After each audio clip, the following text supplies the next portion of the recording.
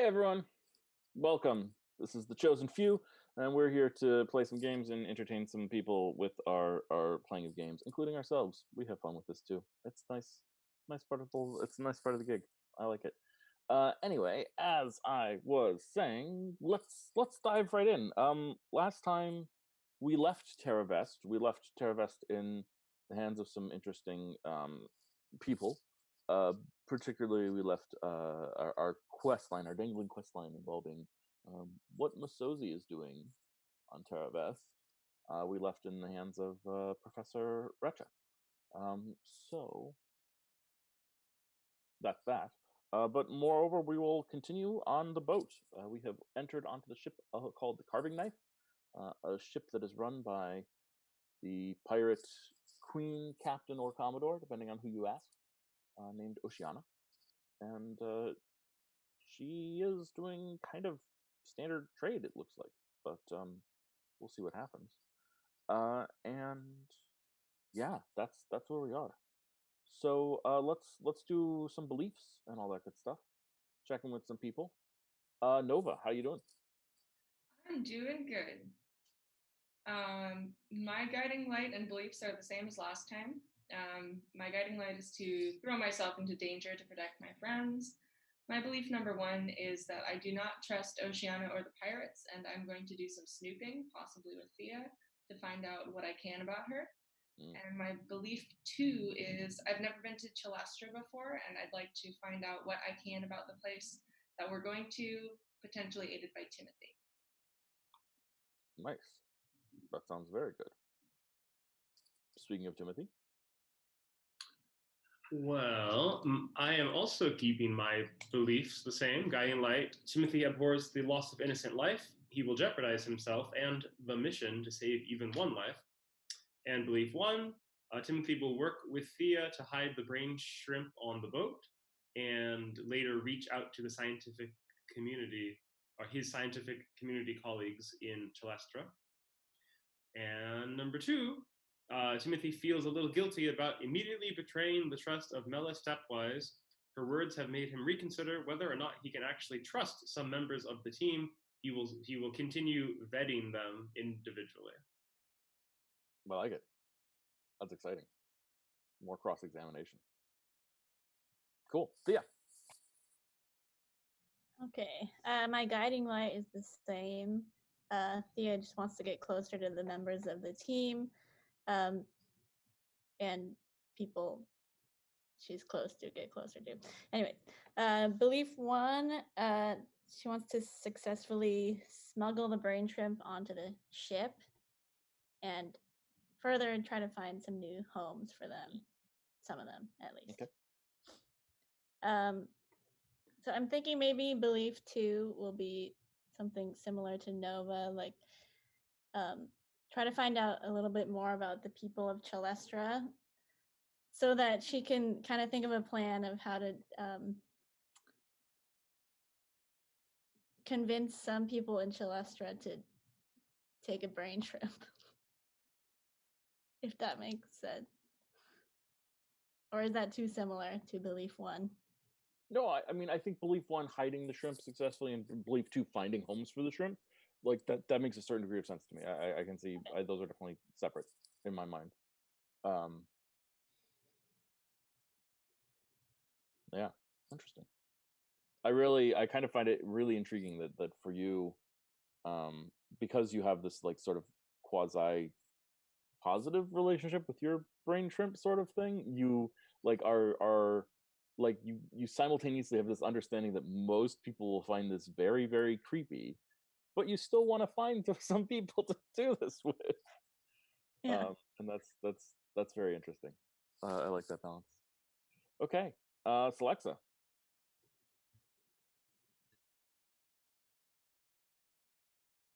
We'll let you finish, Drew. Don't rush. No choking.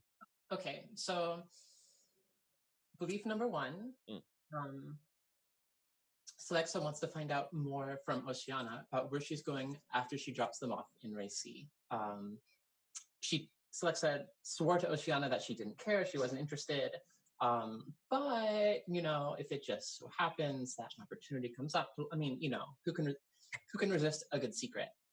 So that's belief number one. I can't. Number two, so despite the fact that they're going to be, you know, on the sea, far from anyone, Celexa wants to do the best she can to try and continue, like wrapping her head around what might have happened with this murder, trying to keep the investigation going. And this might include bringing Thea into her confidence. So about like her role in the investigation. So Interesting. Yeah. I have a weird question that I want to get an answer to from everyone. Just for a second. Not that I think there's necessarily a good answer here, but I am curious. Which member of your own team do you trust the most? Your own team being the four of you. And as a aside, if I could also find out which one of your own team you trust the least. And trust can mean any number of things, right? Trust could be like, I believe that this person is predictable and will act in certain ways, and so therefore I trust them. Or trust could mean, yes, I will share my secrets with this person. Distrust would mean, I know this person would sacrifice the mission that's really important to save someone's life, even though sacrifice might be necessary. I don't know. And it's more your character's perspective. So I'm intrigued and figured I'd ask. So we'll go around in the same order. Nova, who do you trust the most? Who do you trust the least? I trust Thea the most because I think that Timothy's kind of a wild card. And Celexa is like sneaky and shady. Excellent. I like it. Celexa gives you a look. What? I'm not sneaky and shady. It's just illusions and charms and bardic manipulation and warlock. No, I'm not shady. Excellent. Timothy. Never heard of a shady bard. That's I pretty. mean, yeah. Particularly one with a warlock. Yeah. Timothy trusts Nova the most because I think Timothy sees her as being what's the word? Straightforward? Monofaceted? How does Nova feel about that? And is he right, Nova? Can I ask a quick question? Is he right? I think that I'm fairly straightforward about what I want. I don't know if I would describe her as monofaceted, but that's kind of rude. Would anyone other than Timothy use that word though? I think what we're seeing though here is to a certain extent, just as a quick thing, that Timothy thinks he knows things about, like thinks he knows how Nova will behave. Probably because Nova is so straightforward. But I wonder if that's true. We may find out. And then, I mean, I think along the, similarly, I think Timothy trusts her because he has managed to interrogate her the most. So along those same lines, he does not trust Celexa at all because he has not had any conversation vetting her yet. Oh no, Celexa. It's two people picking on you. Who would have guessed? Well, why don't you pick back? Let's jump to you. So I think that, okay, I think Celexa definitely has the most, trusting. I think she has the most confidence in Timothy to like do the right thing. You know, she like definitely sees him as like being kind of upstanding or whatever. But that doesn't necessarily mean that that's that she trusts him to like stand by her specifically. And I think that because of all the but she's had a bunch of like adventures with Thea. They've done a lot together and kind of been through a lot, and so I think she feels like she feels like closest to Thea, and I guess hopes that she can like trust her. That makes sense. What about least trusting? Is it Timothy? Probably Nova. Just because she like there's kind of a long-standing like not exactly animosity, but they have some history, and Nova was like really. I mean, she straight up attacked her right after the whole uh, covering thing. Mm. So she definitely doesn't feel like she feels like she has to hide a lot from Nova. And Thea, we'll ask you. I think Thea trusts Nova the most. I think, yeah, because Nova is pretty straightforward and doesn't really have like an allegiance to any particular thing, or even like her own like self, she's not going after like gold or anything. Like she's not going to throw anybody under the bus for a particular thing. Like, and I think even though Thea does trust Timothy, like with the brain shrimp, like he said he wanted to contact the scientists, and she was like, well, they're gonna like experiment on them, and he's like, I'm still gonna do it. It's fine, and blah blah. Yeah. But I think in general, maybe Thea has most suspicions about Celexa, even though they have done things together. So it's Celexa always- most sus. Thea Yes. and Nova tied for most trusted. Timothy in the middle somewhere. I think there's just always, Thea knows there's always something going on Yeah. past the veil. It's interesting to have the rogue be the most trusted.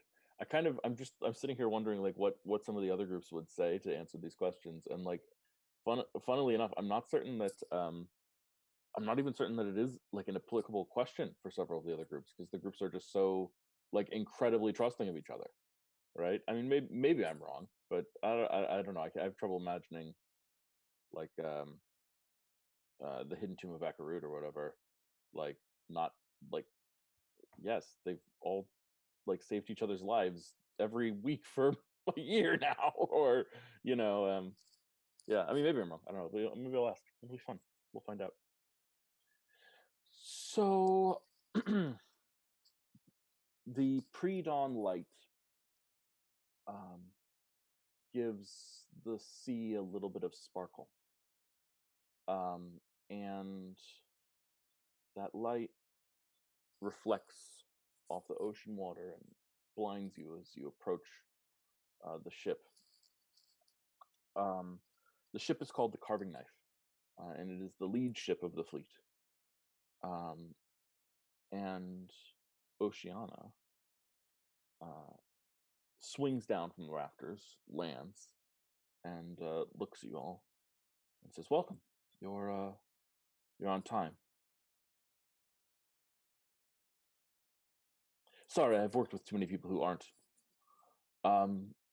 You have stuff? Yeah, should we bring our own stuff in onto the ship? Yes, but you have to pardon me for safety concerns. We'll have Icky look through it. Of course. And I shoot Timothy a look. Icky, and she calls, and a lizard folk just swings down, looking, rolling around a rope, and like lands there. Looks up, short for lizard folk, probably about 4'10", and with like one really long tooth. And it takes you a second to realize this, but it's sort of an outdated fashion style. But they have sort of like a fake, like cords that are tied in various positions to make it sort of look like they have eyebrows and hair, even though they are lizard folk. And she looks at you, and Oceana looks at her and says, "Just go through their stuff. Make sure there's nothing in there. There won't be anything of trouble. There won't be any trouble, I don't think. They're along for the ride, though." And Icky looks at her and says, "But shouldn't we? I mean, first we're moving grain. Now we're what, a passenger ship? You're not going legit, are you?" "Icky, don't question my decisions. I'm in charge." He sort of starts grumbling. "Very well. Carry your stuff onto the ship. I'll show you where your quarters are." it'll be a little tight. You've got so much grain. Can I insight? Yeah. All right. Icky or Oceana, just for my sake. Maybe Icky because they were talking about the grain. Sounds good. Sounds like a code. There's some kind of code going on. Mm-hmm. Yeah. So Icky is like a little bit older, possibly than Oceana. Probably in her 40s, and definitely like uncomfortable with how things are going. She's not hiding her displeasure. She's doing what she's told, but she is like, this is like a notch in the resentment board towards Oceana a little bit. Yeah, there's clearly, I think what you would say looking at this is that something has changed. For some reason, what this crew is doing and how it behaves is changing, and Icky is unhappy about it. So Icky turns. Alexa, I think, is kind of being like sort of obnoxiously friendly and almost like flirtatious. Like she like winks at her and is like, you know, thanking her for her like gracious hospitality, that kind of thing. Mm-hmm. Yeah. Why don't you roll an insight check, actually? Sure.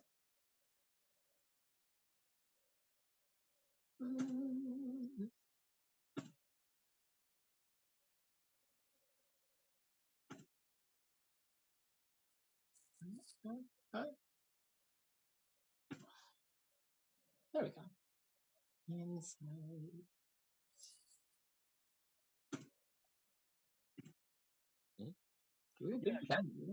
Yeah, she seems a little standoffish. Okay. Especially compared to last night. So, yeah. So Iki guides you up the gangplank. She's got her like clawed hands behind her back and just sort of like holding onto her wrists stiffly as she's like sort of hunched as she walks. And she walks up the gangplank and, well, come on, grab your stuff. Hope it's not too much. Iki, that's an unusual name. Are you from the southern part of Chalestra? Iki looks at you. No. He keeps walking.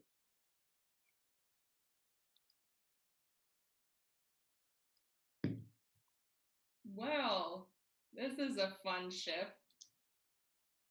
Is it? Oh, is it like? Wait, you said there's information about. Okay, here we are. The cast of the Carving Knife. There you go. And is that the entire crew, or are there like other unnamed? No, there are others as I need them. Those are just the ones that I'm aware of there. Gotcha. So I'm just wondering, is it like right now? Is it like bustling with activity? Or yes, definitely. There's like okay. Yeah, lots of bustling with activity. There's also a lot of people who are clearly not crew who are moving large bales of hay and or grain of various sorts into the below deck area. So they're like other people are doing the manual labor than the crew, which is interesting. You're shown to quarters. They're pretty tight, but they'll fit two to a room. But even that is but that's a little tight. It honestly would be tight if it was one to a room. It's closer to like, you know, a cell. After the traveling of after traveling like for the Grand Accord and like the sort of high accommodations that you guys received there on your boats, this is much tighter. So it's gonna be a little cramped. But Iki just sort of does a quick cursory glance and tries to count all of the gear you have quickly, and then once she's certain she has it all, she says, "Well, pick a room," and she points to two rooms. They're across the hall from each other. So Alexa is going to go into whatever room Thea goes into. She's not going to ask. Perfect. Yeah, so there's two. So Thea and Celexa are on one side, and Nova and Timothy are on the other side. And you go inside, and the first thing Icky does is close the door on Nova and Timothy and lock it, and then go into Thea and Selexa's room and start saying, "Well, got to go through your luggage." Can I insight check? Yeah, feel free.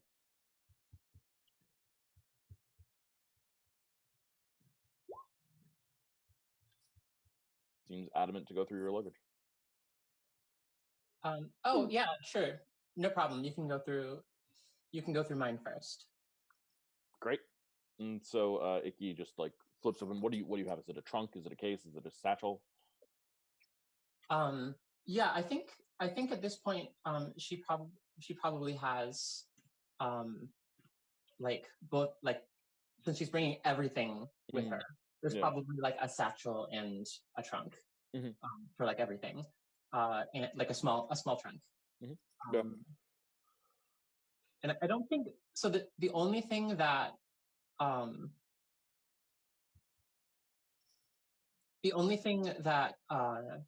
she has that she maybe wouldn't like, she would feel a little bit weird about Icky finding is a considerable amount of Earth's blood, which is so it's in a trunk, and kind of has like potions, like, and like empty vials, like kind of on top of it, right? So it's sort of like meant to kind of all look just like potions or whatever.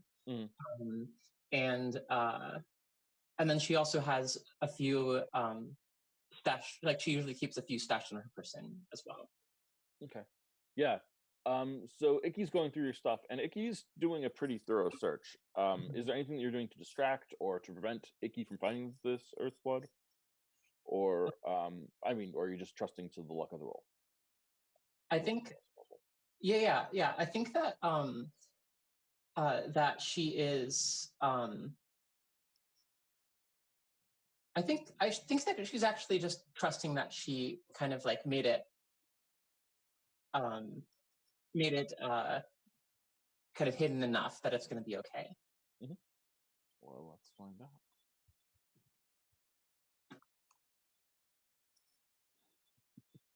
So Icky looks at the alchemical stuff that you have and says, "What's this?"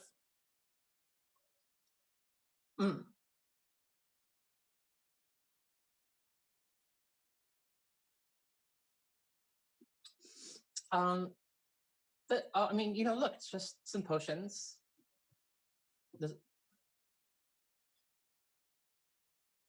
Why can you kind of not bring potions? Or this is really kind of ridiculous.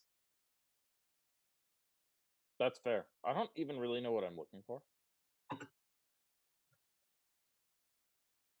Okay, well, in that case, I don't see the problem.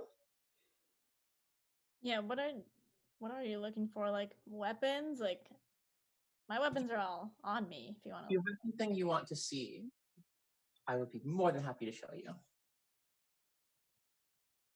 It's hard for me to care about contraband when we're pirates. But I guess I'm supposed to be looking for evidence that you are in some way going to betray the captain or something like that. Is that So what are you going to betray the captain? Icky, come on. How long have we known each other now? What, probably 37 seconds. Well, it's been at least 5 minutes. You can. I will not betray the captain. I promise. Raises one fake eyebrow.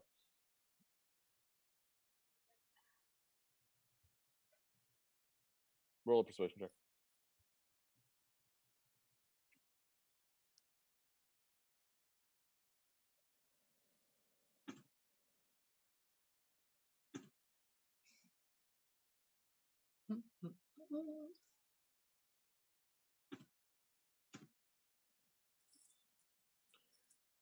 This is a waste of time assignment anyway.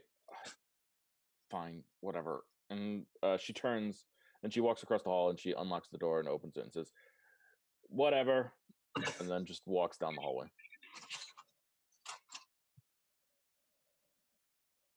All right, nice. Quick question: does Celexa know that she just really helped Thea there? Well, I'm gonna, if it's okay, I'm gonna roll an insight check Thea. on Thea. Sounds good. No. Okay.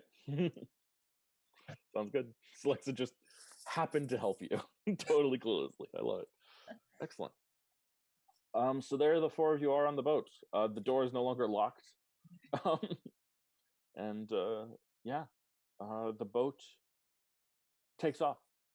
You feel the light rocking of the waves as the boat starts to sail away into the ocean towards the west. Oh, I guess we're trustworthy looking. Yeah, they didn't. I wonder why they locked the door. That's weird. You know, this feels like college again, though. I mean, this is bigger than my dorm room, but you know. I call top bunk, by the way. Well, that's fine. I usually sleep on the floor. Again, like college. Okay. Let's do our full setting the scenes and figuring out what you guys want to do and make the thing happen. Nova, let's start with you. What I want to do? Yeah. I definitely have on my list investigate the grain they're hauling. It wasn't on my list, but now it's on my list. And kind of nosing around that for a while. Sure. Yeah. So the grain is mostly stored below decks. So you'll have to do the stairs down. You're given free reign of the ship, but there are guards in certain places. There's guards outside Oceana's cabin, and then there's guards outside the bottom floor where the grain is stored. You see a human and a dwarf. They're standing there. What's the approach? What's the plan? What do you want this to look like? I'd like to just kind of wander around and be like, "Oh, hello," and say hi to the guards. Hi. Oh, you're the passengers. The human looks at you. She's let's see. She's of a what we call it like an Asian complexion, with long black hair and tied up behind her, and an armband that is a little bit too tight, and wiry and corded muscles. Nice armband. Oh, thanks. Yeah, it's the whole bet thing. Doesn't matter. Oh. So you guys are looking out for the grain? Yeah, well, just captain's orders. Is it because of the famine? Like, are you guys transporting grains to feed people, or? Yeah, I mean that's what she says. Oh, okay, cool. Are you guys like do you have to stand here all day? Oh no, we mostly sit and play cards. Oh, that's cool. Honestly, we're taking a break, stretching the legs. What kind of cards? Yeah, sure. Do you want to play? I've been known to play. Let's play. All right. And they just like stretch out, and the dwarf sits down. The dwarf looks at you and says, "Name's Malik. This is Song." I'm Nova. Greetings. You got the prying look about you. Oh, thanks. It's the tan. Yeah, that's what I was thinking. And you see the same tan on him. Oh yeah, you from there? Well, I'm not much from anywhere anymore, but I was from there. They deal the cards. Cool. It's a game that you know. How long ago were you there? Well, been some time, 25, 30 years. Wow. Have you been with Oceana that whole time? No, she's like 22 years old. Oh, okay. I don't. I mean, of course, she doesn't look a day over 21. I'm just saying it'd be a long time for me to be with her. Yeah, that makes So sense. I've known her since she was a pup. Oh, No, I was I was crew under her father. oh. Who's her father? Who's a pirate king, Fabian. Maybe you've heard of him. Dread pirate of the world. Yeah, I've heard of Fabian. He's retired now, right? Yep. Cool. So what are these stakes that we're playing for? What are we playing for money? Is there any other way to play? All right. What's the ante? Yeah, I think, and she'll say something. I don't know. How high do you want to play? How high do you, Winona, want to play? Oh man. Let's start low-ish. Mm-hmm. See if I'm actually any good at this game first. Yeah.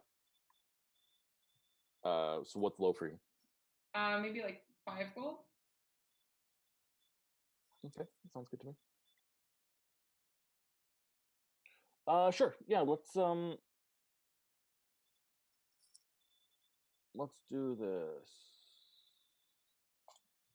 Let's see, what's one of the good ones that we can do? We'll do this one.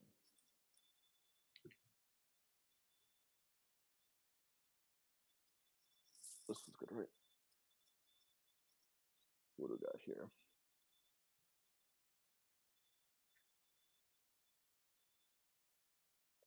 Oh no, this is a bad one. Ah, shoot. Sorry, I have all these. Amazing how many things I have saved in my computer.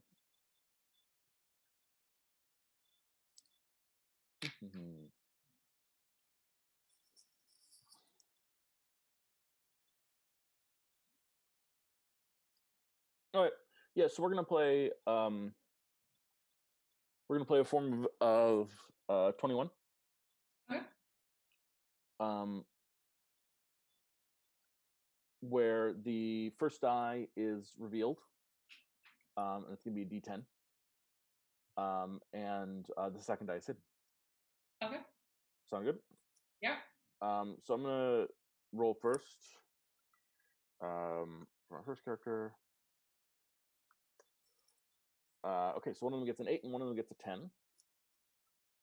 And then I'm gonna roll my I have to roll my GM rolls first that are hidden because otherwise, because I can see your hidden rolls, so there's no way for you to hide from me. So I'm gonna roll for them first. So Song gets an 8 to start, and and Malik gets a 10. So Song rolls again, and Song will roll one more time. Okay, and Malik will roll again, and Malik will hold. Okay, and we're going closest to 21. Yes, but not without going over. Okay. And I think Malik is pleased, and yeah, seems happy. Okay, here we go. So your 8 is your public roll, so we know that you get an 8. Okay, I will roll again. And I will roll again. Okay. And I will roll again. Mm-hmm. All right. What's you at 17? I'll stay there. Mm-hmm. Okay. So Malik takes the round. He got 19. And Song went over. She got 25. Which happens sometimes. And so Malik takes the 15 gold and just tosses 5 more in the pot. Instead of playing out every round, I think what we'll do is do you have card skills? Do you have card tools? I don't think so. It sometimes comes with like a soldier background or something like that. No, I have no, I don't have cards. Okay. Yeah, then I think we'll call this. It's not dexterity because it's not a game of speed. It's not even really intelligence. I think it's a game of wisdom. Although it could be a game of reading people. It depends on what Nova prefers. Is Nova the type of person to try and?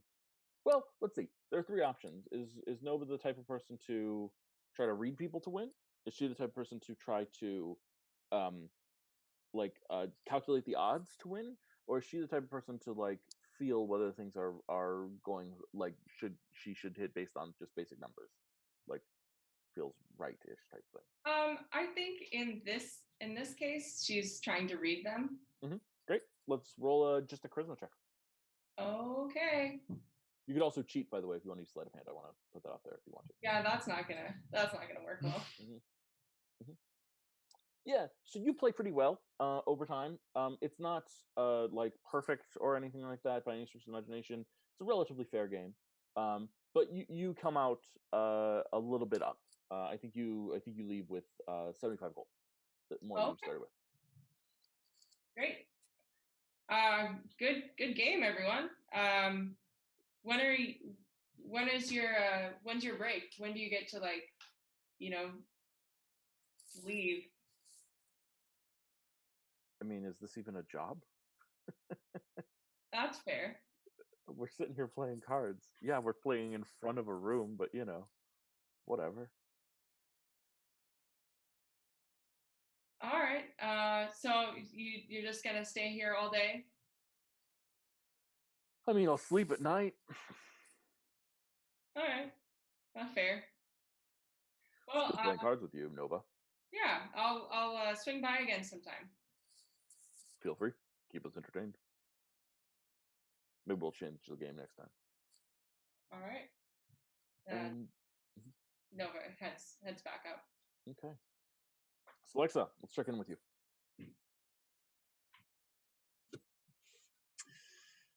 Okay.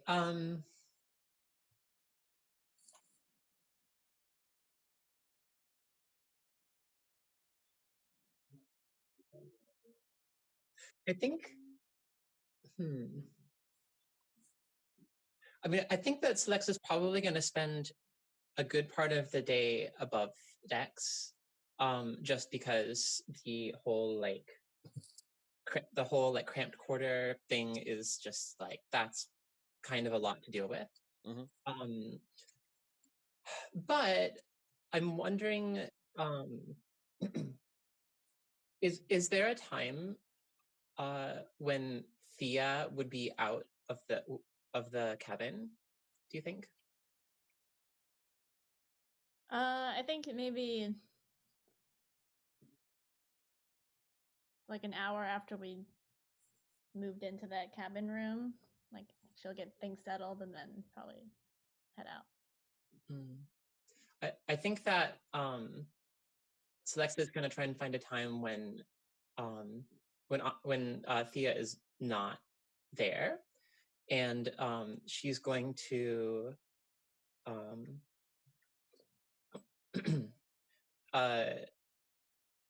she's going to pull out the stone that connects to the unknown person, and she's going to send to them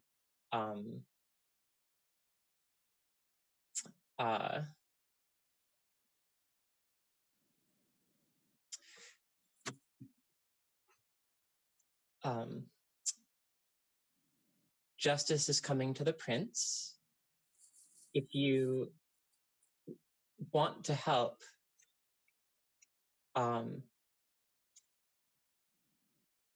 give me a contact in Racy.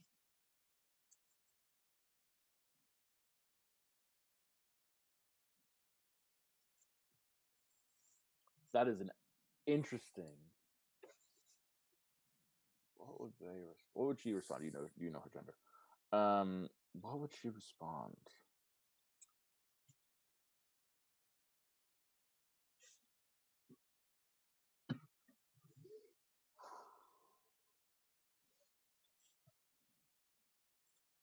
Yeah, give me half a second to think about this. Actually, I Sure, have to yeah. check my notes because I know that we It- have people there. This is a real shot in the dark. Yeah, no, it's a good one though, or it's at least an intriguing one. Mm. Let me see. I mean, she certainly has contacts there. Man.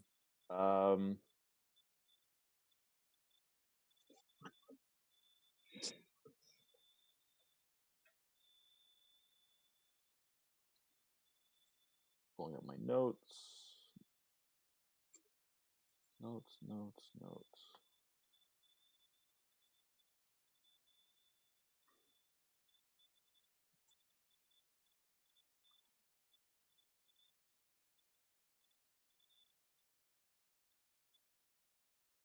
Um,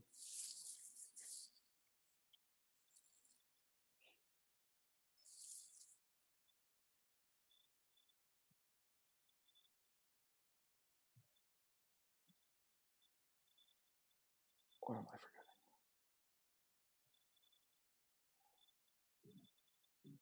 forgetting?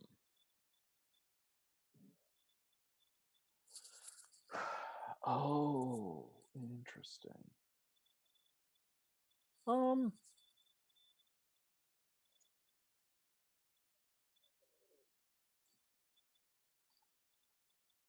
Marcus, are you paying attention? Do you happen to remember the name of a character that I should remember the name of? The witch, from Primarch Magically Black Ice, that they have all those dealings with, whose name I'm forgetting. I'll also accept answers from chat, who would definitely know. Although I'm not looking at chat, so that would make it harder for me to accept answers from them. And now I've done something to my computer. Great. That's exactly what I want to have happen to my computer. There we go. That fixed that at least. Thank you, Masha C1. Thank you so much. Yeah.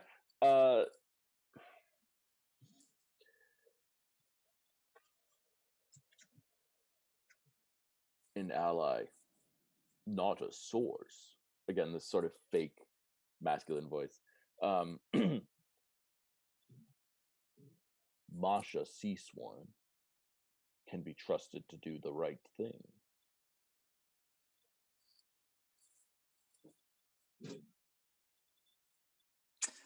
Well, okay, thank you.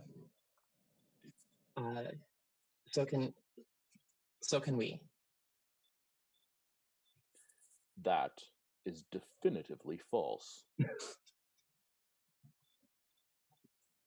We have seen you do the wrong thing and make the wrong decisions multiple times.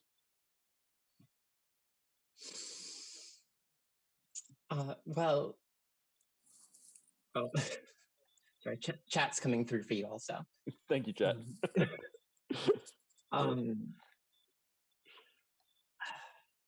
I mean, what is wrong, really?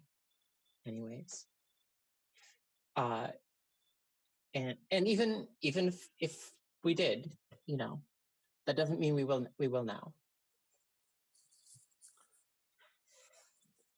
Every decision you make is a bean on the scale.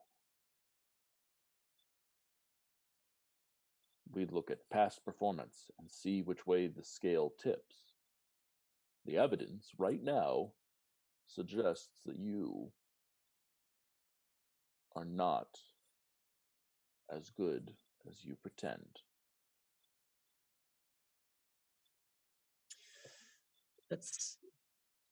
And yet here you are talking to me and giving me a name, which is pretty interesting.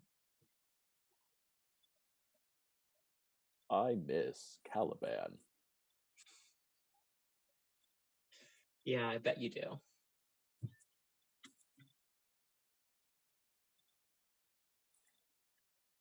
So,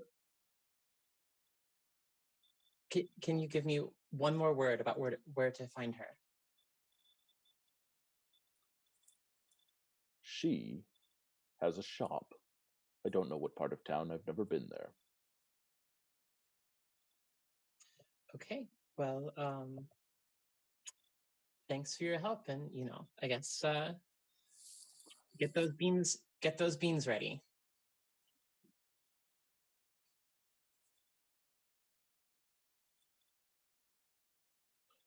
The scales weigh not in your favor. Sure. Yeah, you made your point. But again, you you must be real desperate to trust me this far. Then No reply. she puts the stone away, and she's going to go up above deck, and I think that she's going to probably wait until evening to do anything else. Okay. Anything significant. Yeah. We've got several days on this boat, so we can jump. Whether we have several days or several sessions or not is a different question. But Sure. We certainly have mechanically a week. Okay. Let's check in with Thea, and then Timothy. So I think Thea's gonna be above deck and kind of looking around, seeing if any of the pirates are kind of hanging out by themselves. Yeah, absolutely. Sometimes they're needed for sailing stuff, but a lot of sailing is just sitting there and chilling. And they have a very lackadaisical attitude in general. It seems, at least right now, the perception is lackadaisical. Let's see. Who do you want to speak with? There is. Let's see. What do we got up here? Kaza's up here, the hobgoblin. I think also Blade, the elf, and Porpor, the goblin, and Fuzzball, the foxfolk, are all sort of hanging out. Maybe I'll talk to the elf. Blade. She's staring out into the distance, and glances at you as you approach. Hey, how's the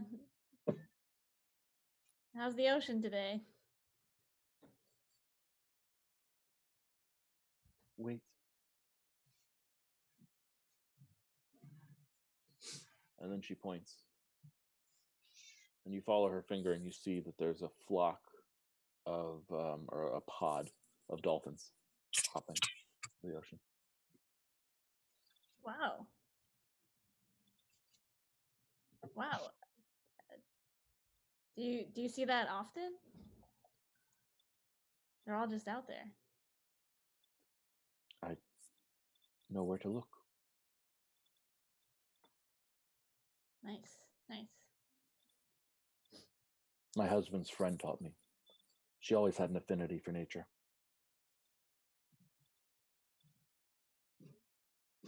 Maybe you could teach me sometime. We do have a couple days on the ship. An affinity for nature? I'm always up for learning some new skills.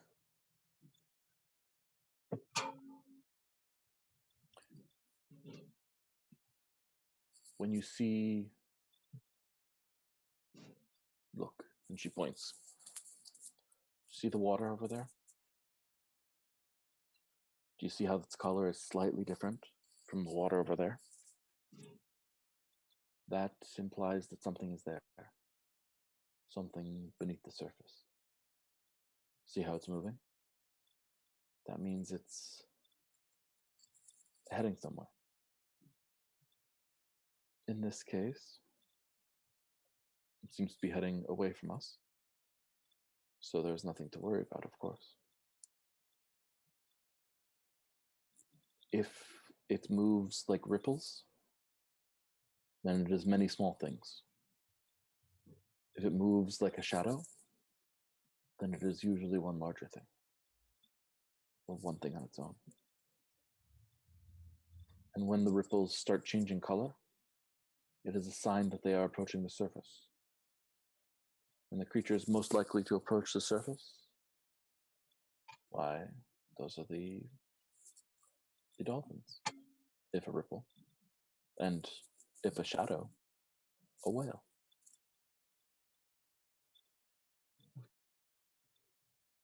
Wow, that's really cool. It's so useful on a ship. Nice. Where are you from? Far away. Yeah, cool.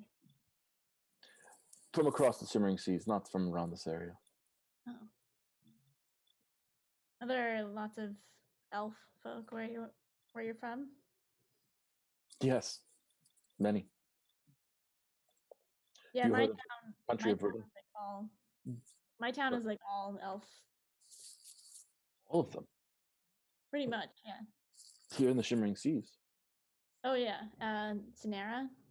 Have you been there? Yes, of course. Yes, recently. Oh, recently. What did you think of it?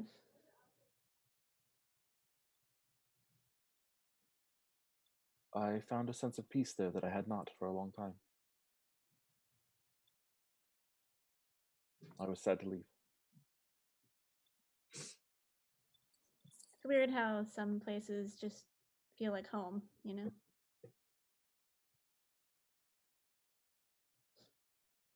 I wonder, are you here? You said you have a husband. Is he with you? No, he's across the seas back home. Oh. That must be pretty hard to be here on your own. He does fine without me. Yeah, I'm sure, but I mean, for you.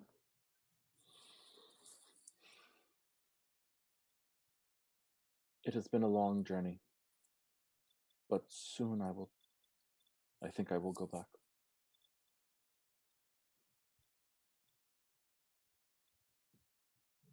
Two years, 2 years since I've been home. That's a long time. Yes.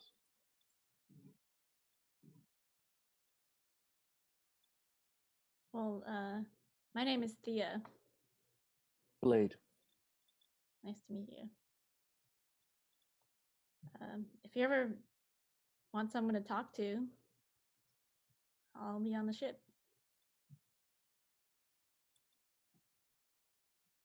You are a thief. I haven't stolen anything on the ship.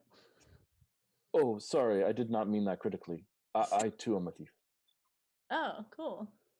I was looking for something we had in common to bond over. I am not very good at the people skill thing, chatting. Yeah, me neither. Yes, so I thought, thievery, a thing It is a thing. we have in common.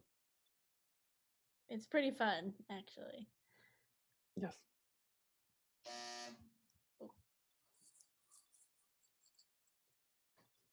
Well, out of game, I have to answer the door. Yeah, sure, go for it. I'll go check in on Timothy. Sounds good. Timothy, how you doing? Pretty good. Mm. Okay. Well, Timothy, once Nova leaves the room, Timothy goes, "Whew, well, that was a freebie," and takes the brain shrimp out of his sack. Yeah. And puts them in with his fishing tackle. Mm.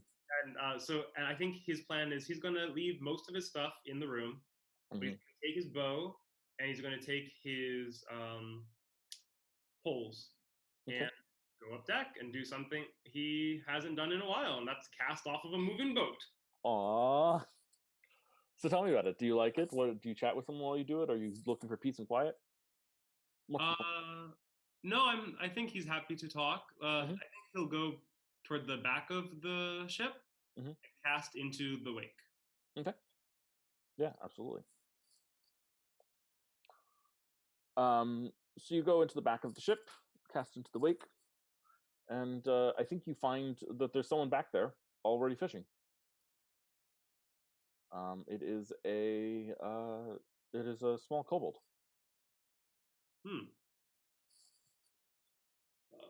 Good morning. How are you doing?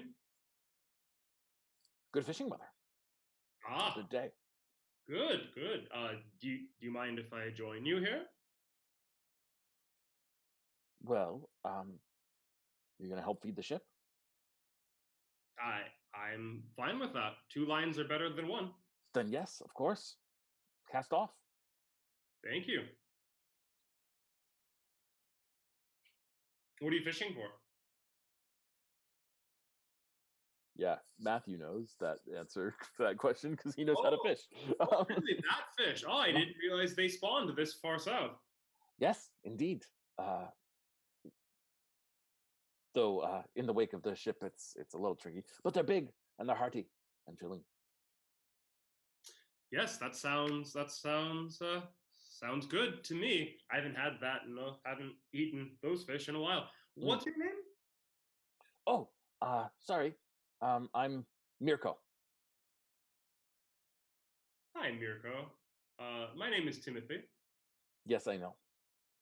Oh, you've been briefed? Is that the word for when the captain says there's going to be 5 people on the boat? Here's who they are, and then only 4 people show up? I think so. Yes. Except there's more of you actually, because you've got your assistants with you. I totally forgot. But Nephany is here. I totally forgot. But she's here, as is anyone else that you wanted with you. But whatever. Sorry. So a cool 5. All right. Yeah. Yes. Well, yes, I understand that you all aren't in the business of transporting living things usually. Smuggling living things, yes. Transport, I don't know. We're kind of in the business of whatever the captain says we're in. Fair.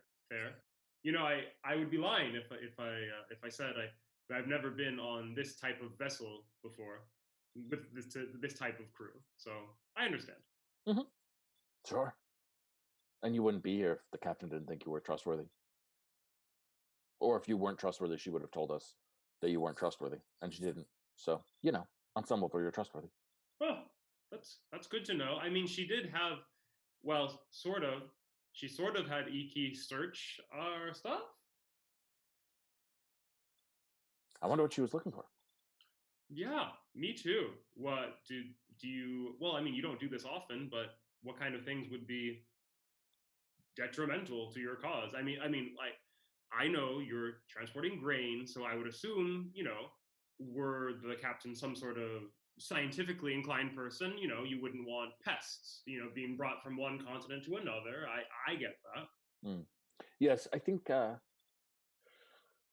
Well, we may have to go through customs when we get there, to a certain extent with the grain, and so they can handle that. I think it's more a matter of like she doesn't want anyone to sabotage the ship, so explosives or poisons to take over the ship. That makes the most sense to me. I see. Yes. You likely don't deal with customs often, do you? No. But the captain says do it, and so we do it. How does that must be odd though. It must be odd flying legitimately, sailing legitimately. We've done it before, usually as a form of ambush or surprise, but I doubt it this time. I don't know. It's weird. I don't really object, I guess, but I mean, I didn't become a pirate to, become a merchant. Sure. But Captain said that she's getting good money on this deal, so. It's good. Yeah, she promised us 40,000 gold. Each? No, total. For the grain. Wow. Do you have some sort of end game? Some way out, or for way out of what? I mean, I don't know. Sorry, I don't mean to assume. I figured pirates pirated to to some end and then got out of the business. Is that not true? Oh, retirement. Yes. Oh.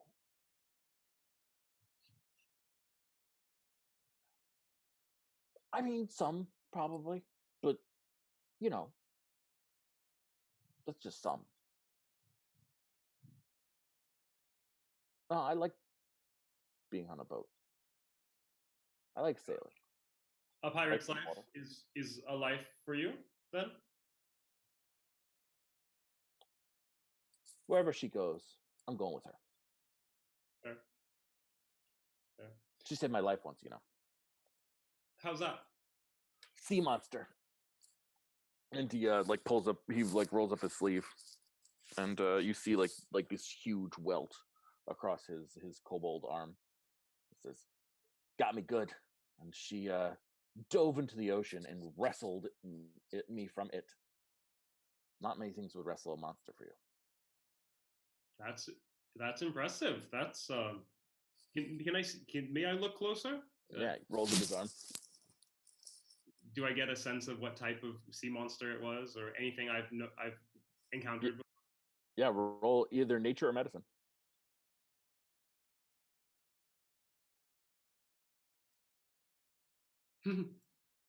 Yeah, definitely some sort of giant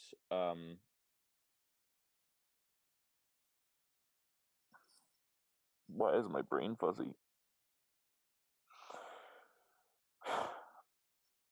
Is it a cephalopod? Yes, thank you.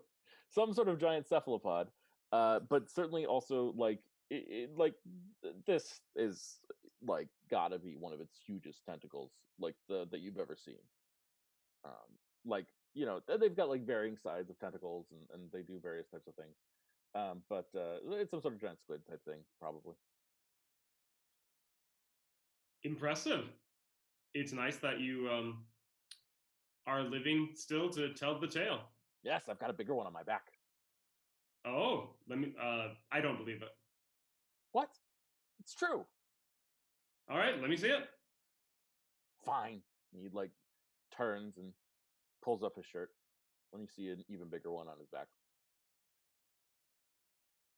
You were not lying. That is larger.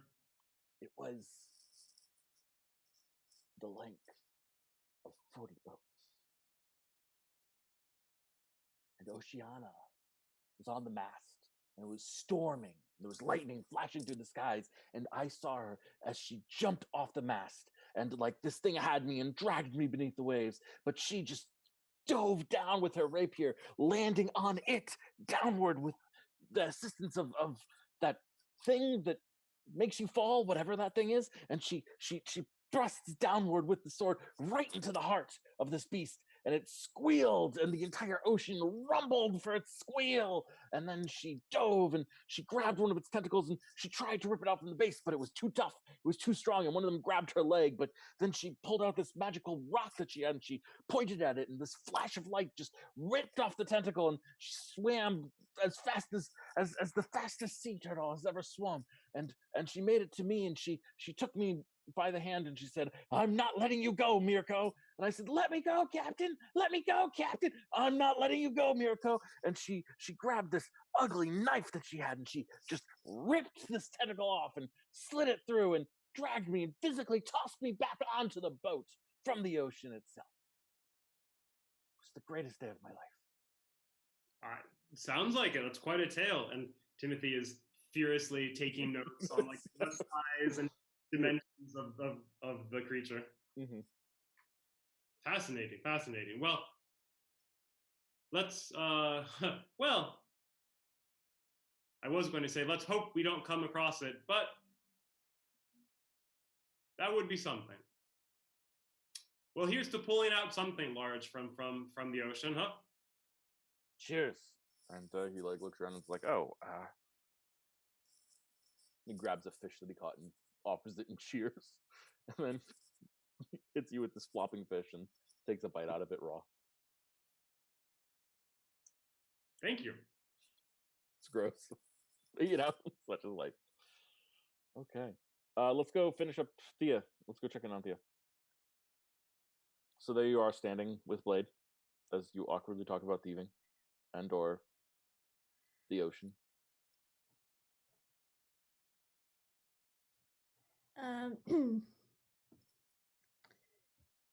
Yeah. Do you feel like you ever get lonely for company as a pirate? No, the camaraderie here is relatively good.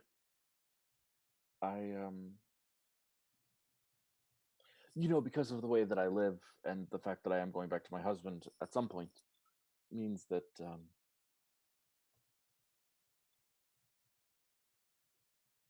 well, I can't stay here forever. And I can't get too close. But he is waiting. Well, do you want to stay longer? No. Why do you ask? Just I've been lonely before, and Are you asking me to have an affair with you? oh no, unless no. I just I have some friends who are looking for platonic companions, and they're actually really really good friends. Like once you really link with one of them, they're like your best friend for life. Like you can share everything with them, and they'll share everything with you. It sounds like you are speaking of a familiar. Are you also a wizard? No. It's I would say closer than a familiar. It's like you see the world together. It's kind of nice. And you've seen a lot of things. I bet it'd be kind of nice to be able to share that with somebody. You speak vaguely. Yeah, It is because you are afraid that I will not like what you say. you are very wise. No, just old and experienced. Well, yes. What I'm talking about is a little bit controversial. I'll say that. But if you're interested in seeing what it is, if you're interested in maybe getting a companion, then I admit to curiosity. I have to ask if you come see it, just to keep it a secret. Do I look like someone who is not keeping many secrets? Touche. Can I do an insight check though? Yeah, absolutely.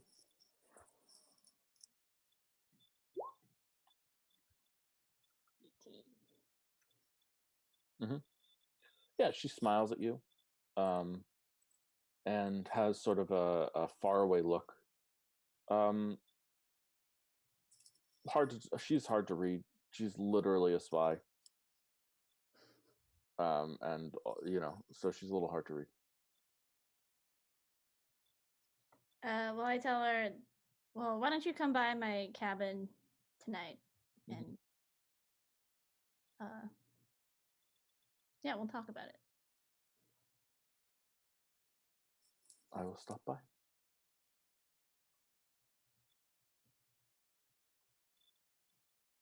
Cool. Okay.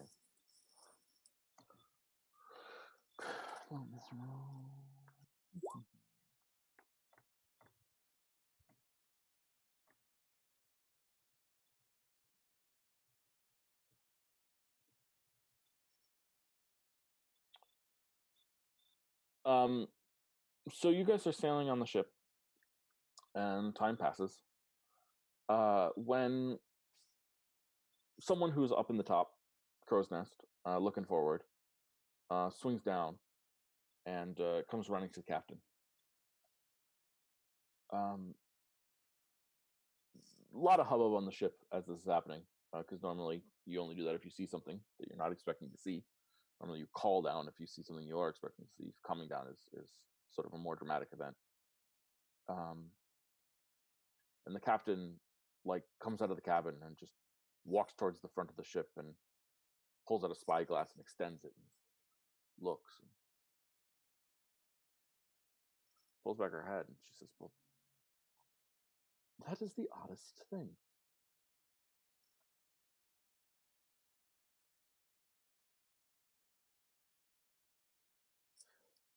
I mean, I guess we go around it for now." And the person in the spyglass, the person from the course next says, "Are you sure, Captain? We could, I mean, if you're curious." "I am, but I don't know." Timothy? Can I elbow Mirko and go, Mhm. Mirko, what's all the hubbub? They must see something. They haven't told me. I've been here with you. Fair. Can you hold my fishing rod? Sure. I'm gonna walk down. Mm-hmm. Yeah. Uh, Oceana's just sort of staring off into the distance and occasionally putting the spyglass to her face and just sort of looking around. Something unusual? Is it maybe unusual life, like a sea monster, maybe, or I mean anything else, but maybe a sea monster? Definitely not alive. Definitely unusual. Here, take a look. She hands you the spyglass. You see a very weird thing. It is a very small island that's about 2 feet above sea level. 2 feet, not that big an island, right? And it's about the size of a small courtyard, and it's 100% square. And in the middle of it, there is a table with chairs surrounding it.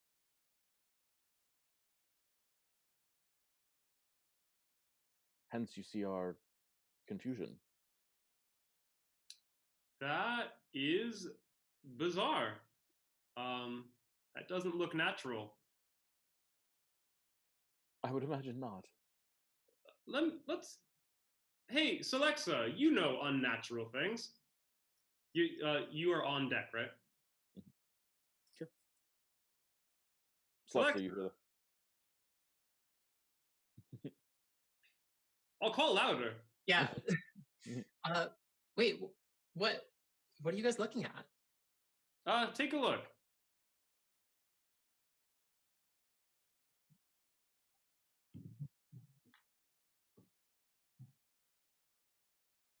What the fuck is that? I don't know. Not on any map. Yeah.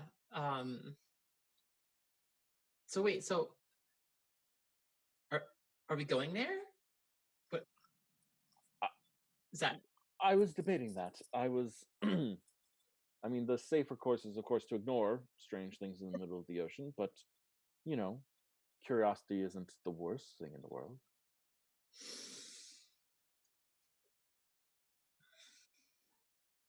This seems like pretty sketchy. I don't know. But I guess if it was it would be a weird kind of trap. That's for sure. Like, only works if people know you're coming. Yeah, it's true. Oceana, is this a common sailing route? Not uncommon. We're sailing the fastest currents from Terra Vesta to Chalestra. Maybe less common these days than before, but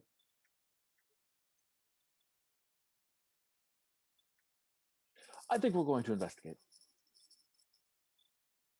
Do we have any volunteers who would be interested in checking this out? Preferably, yes. Timothy, you're interested? Do you think your friends will want to help? We can certainly ask. Yeah, And you can count me in. excellent. And let's give you a little bit of help as well. And she looks at her first mate, who's next to her, and says, "Tell Fuzzball it's time to make himself useful." And yeah, and the first mate nods and they set up like the ship goes into overdrive. They start setting up like a small sailing vessel, to a rowboat basically to get you closer to this thing, and get close to it, and then drop the rowboat off the side. And there's ladders there to climb down the side of the ship down to the rowboat. So who's going on this expedition? Obviously Fuzzball is, but what about the rest of you? Yep, Sluxa, Timothy. Yeah, it looks like the whole crew's going. Awesome, I love it. Yeah, so it's Fuzzball and the four of you. As we are getting rowed out on the little dinghy, is there like could I make like a lore check, or like have I ever maybe in my travels or like talking with other fishermen, have I heard this tale before? Yeah, sure. Arcana? I think it's an Arcana roll, but I think you're the only one who can make it.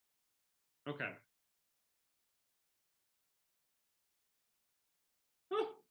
Not bad. Yeah, there's an old folk tale that like seems ridiculous and silly, but of the Council of the Fish, where the fish needed a place to meet, but anywhere underneath the water, all the various territories, the coral reef was seen as favored to this person, and the bay was seen as favored to this fish, and the ocean was seen favored, the deep ocean was seen favored to this fish, and because they could never agree on a place to meet, they decided to meet above the water, and so a place was built for them, a perfect courtyard, a square, and they all just entered the fresh air, leaving the water behind them, and sat and debated their things and divvied up the rights of the sea, so that who would go where was free to be known for all.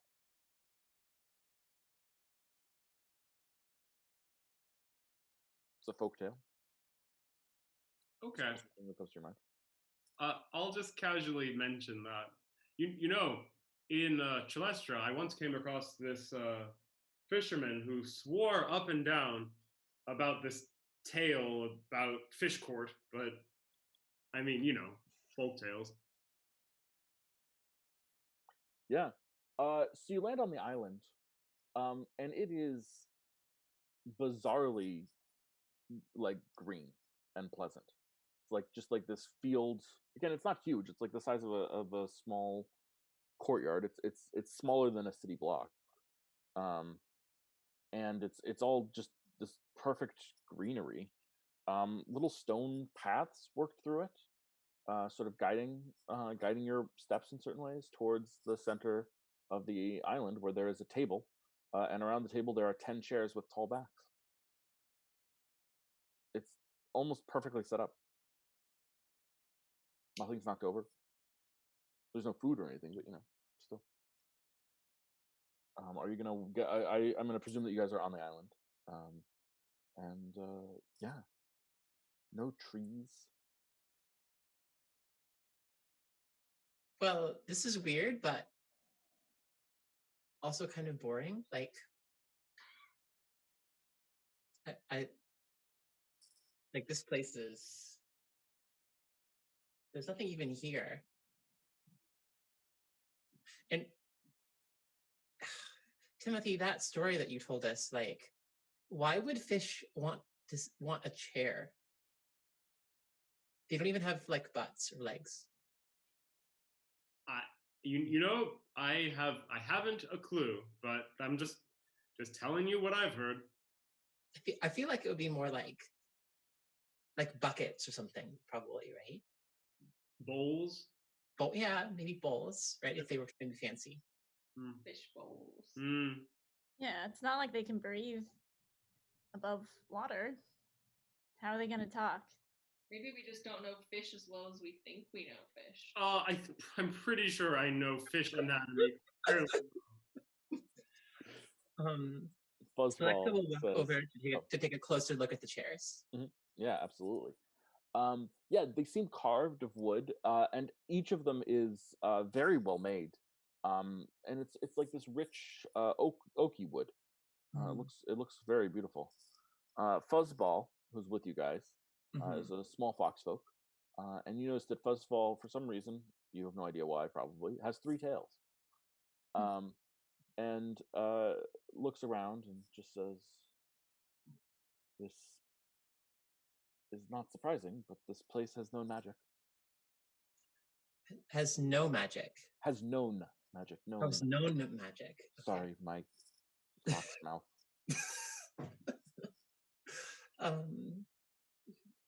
Yeah, well, I figured this wasn't just like these. She points to the chairs. I figured these weren't just like an exotic kind of palm tree. That's why I said it was obvious. You don't need to be sarcastic with me. Don't I? Apparently. I think we should go sit in the chairs. I think that's a great idea. I mean, what, are they bolted down? How are they standing up? I mean, storms come through, right? Okay, you sit in the chair. Well, maybe let's like investigate the chair first. Okay, fine. Look around it. No, have a seat by all means. They look very comfortable. I look around the chairs and like underneath the chairs. Yeah, you don't find anything. Nothing here. All right, I sit in the chair. Yeah, nothing happens. Okay, guys, this is ridiculous. Like, we're literally hanging out, like, in the ocean looking at chairs. Like, this is bizarre. We should just go back and tell Oceana there's nothing here. Is there anything interesting on the table? The table is very plain. There's some cool designs upon it, but it's all sort of standard. I guess you call it standard Chelestran design. There's like pictures of seashells and fish of various sorts, sort of carved in this sort of a plain way. Do you want to like look closer or touch the table or anything like that? I would like to examine the table more closely. Yeah. So you touch the table, and like looking at it, getting close, and suddenly everything around you changes entirely. But how does it change? We'll find when we get back from the break.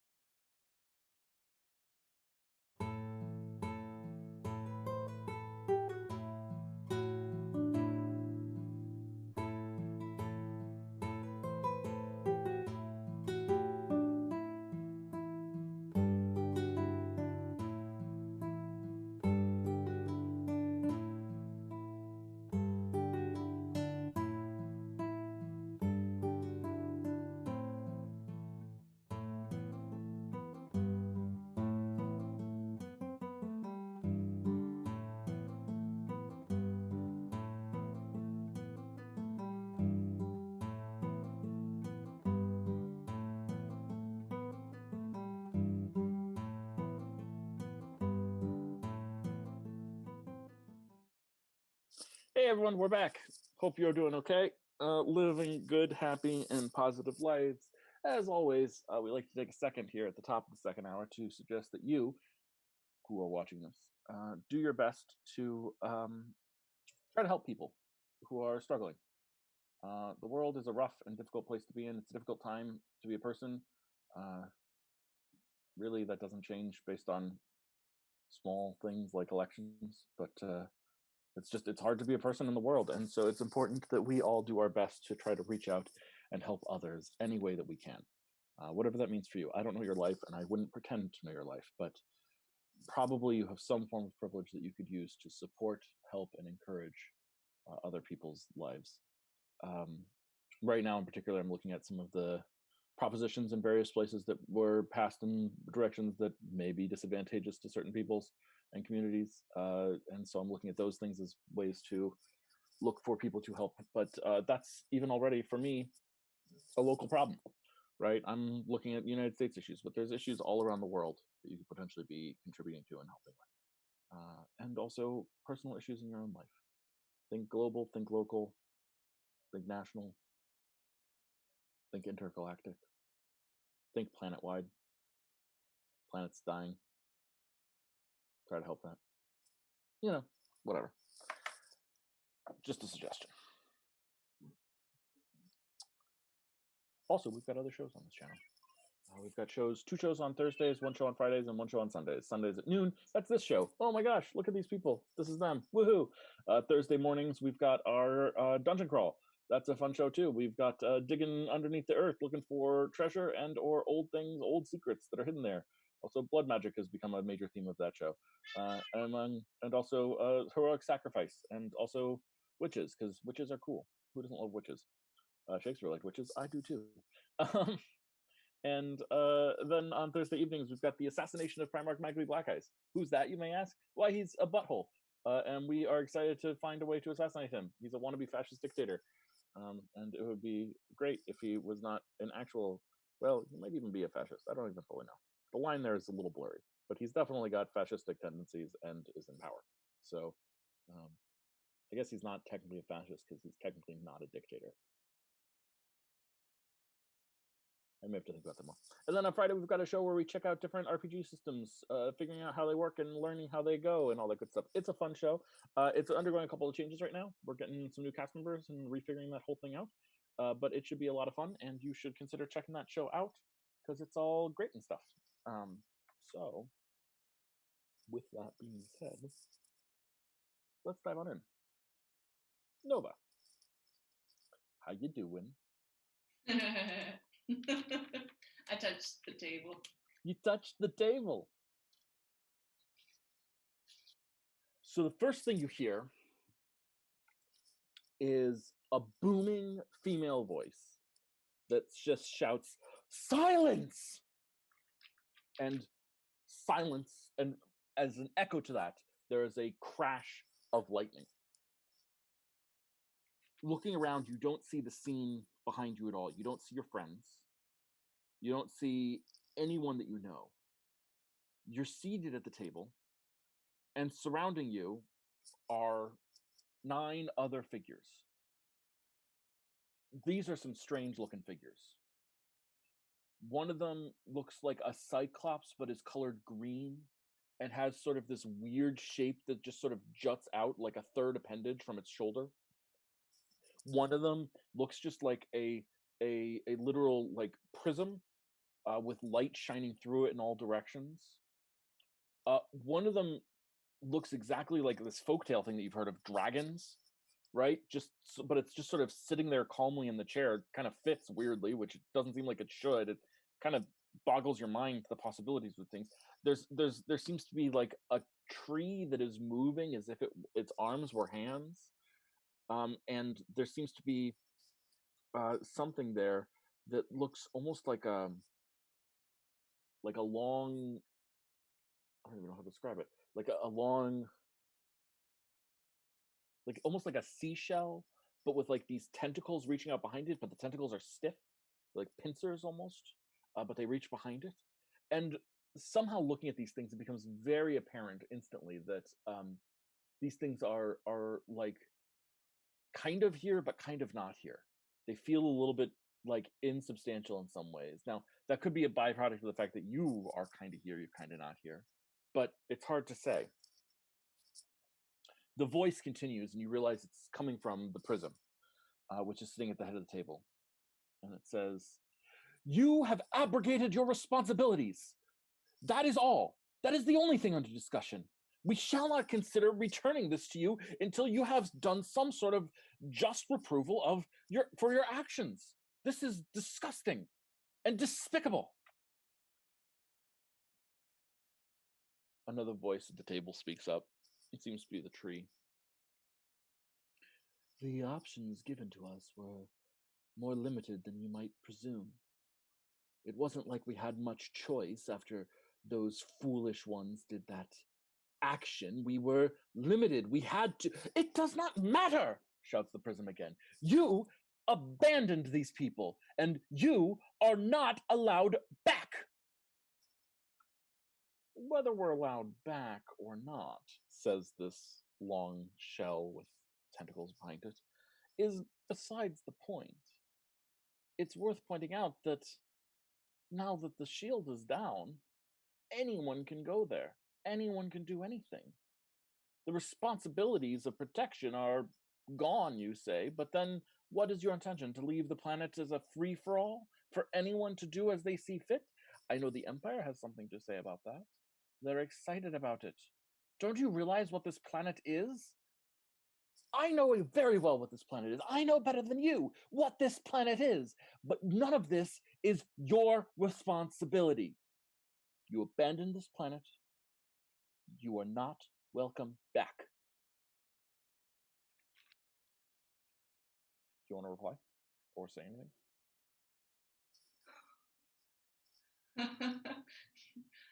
Nova kind of just stands there. No one's talking to her, right?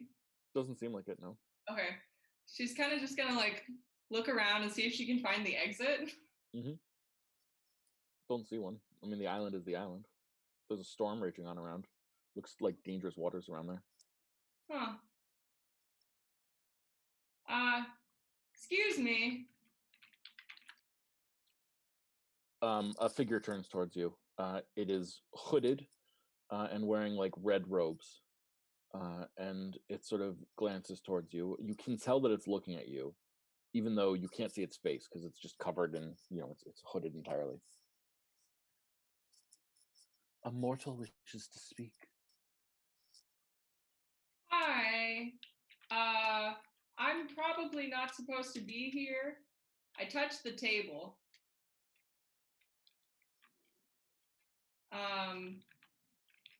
What? Who abandoned the planet?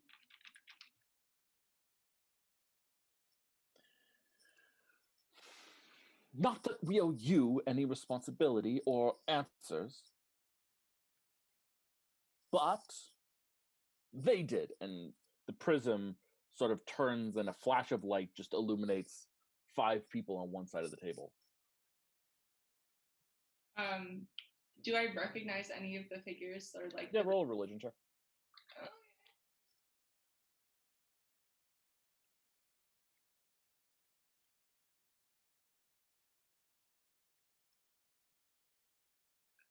I'm gonna go with no. They're pretty archaic. What do they look like? The 5 figures? Yeah, so we have the hooded one who looked at you. We have the tree person that's moving. We have the shell with the claws reaching out the back. We have literally it looks like a dragon. Again, it's just which again is like a. I mean, it's almost as weird as the other things here because dragons haven't been seen on the planet for a long time. And then there is a weird thing. It looks like it's a bowl of like salt water, except it's on fire. Oh, except it's on fire? Okay. Just like calmly sitting there on fire. All right. Yeah, so How about that covering, huh?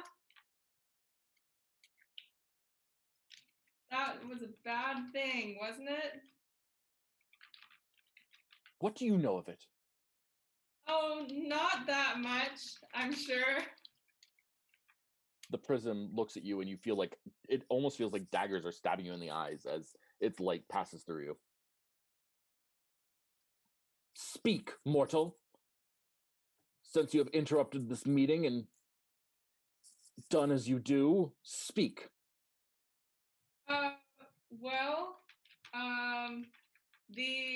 the Empire is happy about this. Is that correct?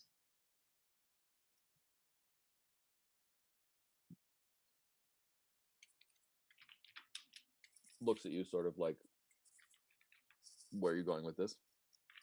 Um, As much as a prism can do that. yeah, okay. Well, the lady in charge seems nice enough, right? But they're happy that I don't know. I'm just here.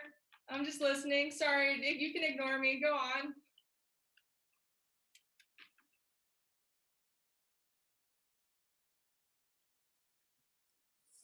Sort of the meeting resumes, and like there's arguments. It's very clear that like nothing productive is even close to happening. These are just like petty arguments and like willfulness. There's no like there's no consensus. There's no decision process. It's just like Prism is just screaming at these five people, and like there's four other people who are sort of there-ish that are sometimes like chiming in a little bit, but like there's no anything beyond that. And I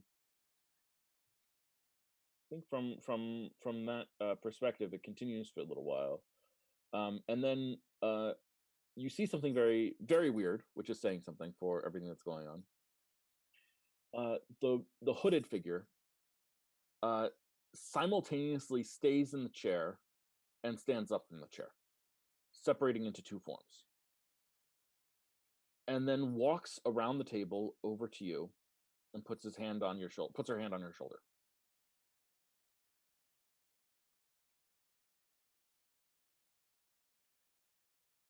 Why don't we talk for a minute? Okay. Will you come with me?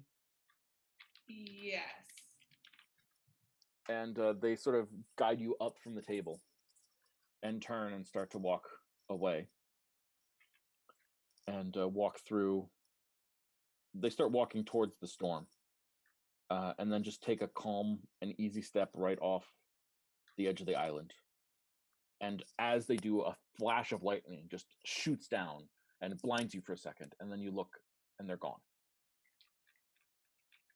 So they walk off the island and then are struck by lightning. So it looks like. Okay. I guess I'll follow. Mm-hmm. Yeah. And you walk and you get to the edge of the island and you look down. There doesn't look like there's anything there, but this is exactly where they stepped. And so you take another step. And as you do, a flash of lightning cracks down and you disappear.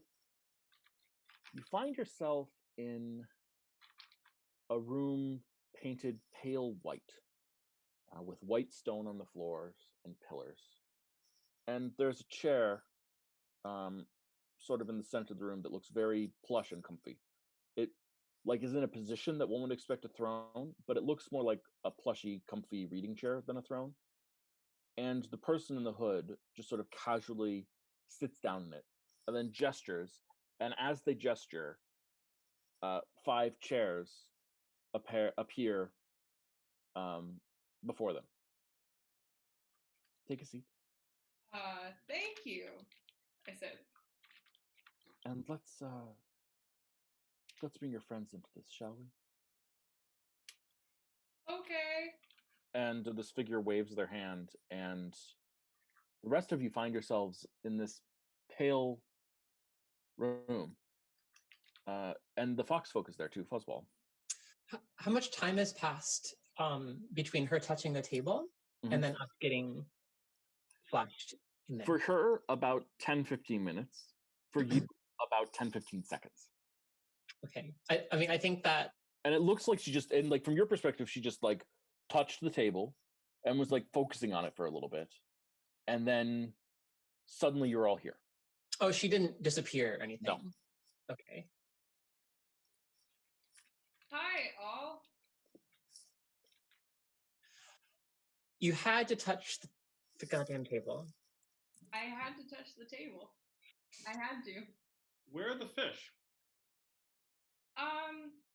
Well, there was kind of a shell thing, but there weren't any fish.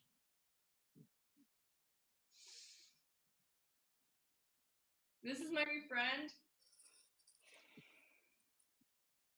Hello.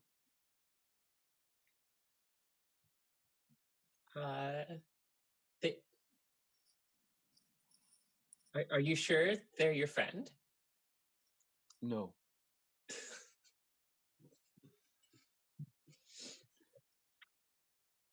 Well, I'm not sure.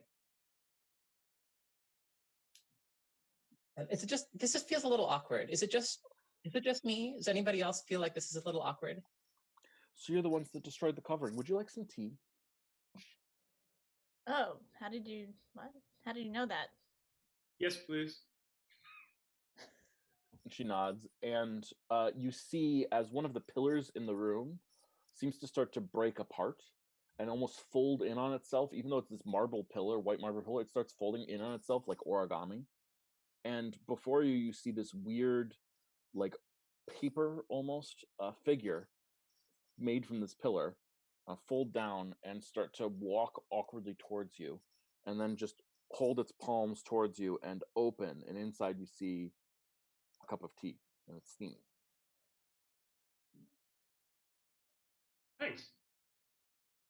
Offers it to each of you in turn. I take the tea, but I don't drink it. Fuzzball leans over. I think he's next to Thea, and he says, you guys are taking this very well. Does this sort of stuff happen to you all the time? Because I'm a little bit nervous right now, and I'm not really comfortable with what's going on, and I don't really know what's happening. Yeah. I don't think we do either, but just learn to roll with it. Learn to roll with it. Great. Cool. I can do that. So what's your name, friend?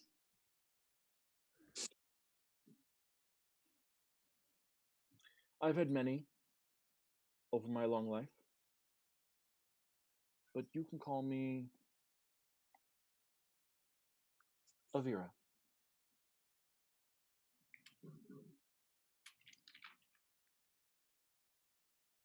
Nice to meet And you. how do you know that we had anything to do with this covering thing? I mean, people throw around all kinds of nasty rumors about us, so you shouldn't just watching. believe. I was there. I saw as Timothy panicked and decided to save the guy's life. She would say the person's name. I've just forgotten it conveniently for a second. Yeah. And I watched as you, through an entire world, plunged it into chaos for choice, for freedom, for anti-sacrificing people beliefs. It was fun. She sips some of her tea. Her folded servant goes back to being a pillar. So what's this meeting you're having?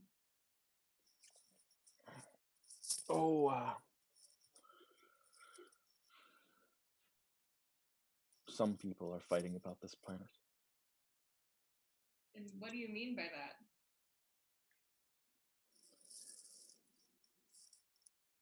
that? How much of the story have you put together?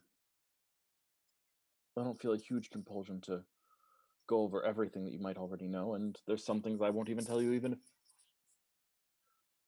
if I could, I wouldn't tell you. And I can't tell you some things. Well, there are some people who are happy that the covering's down. She looks at Slexa.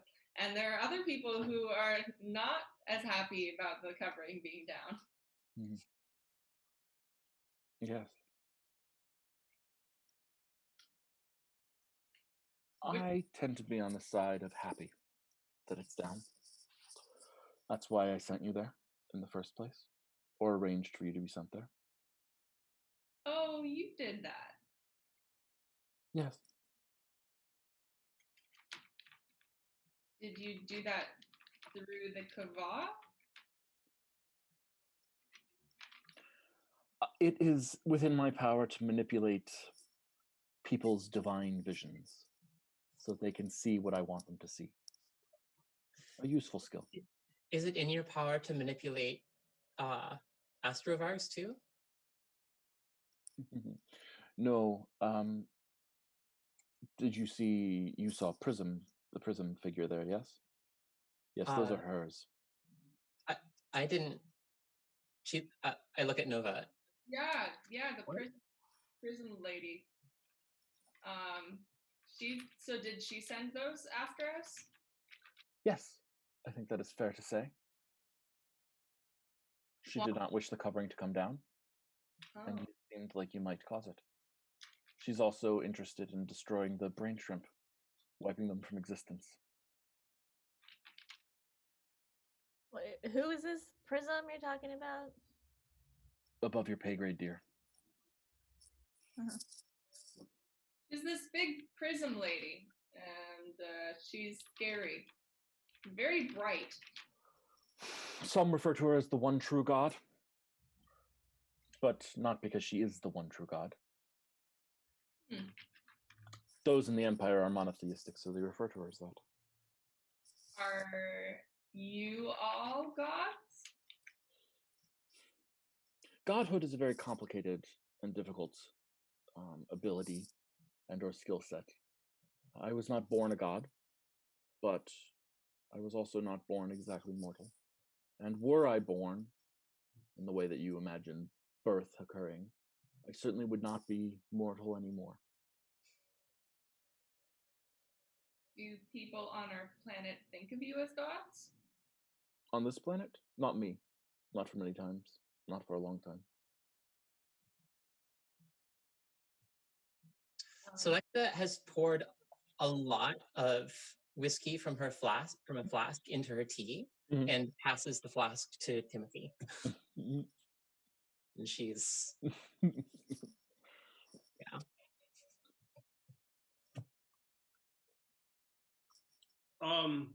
What about that gods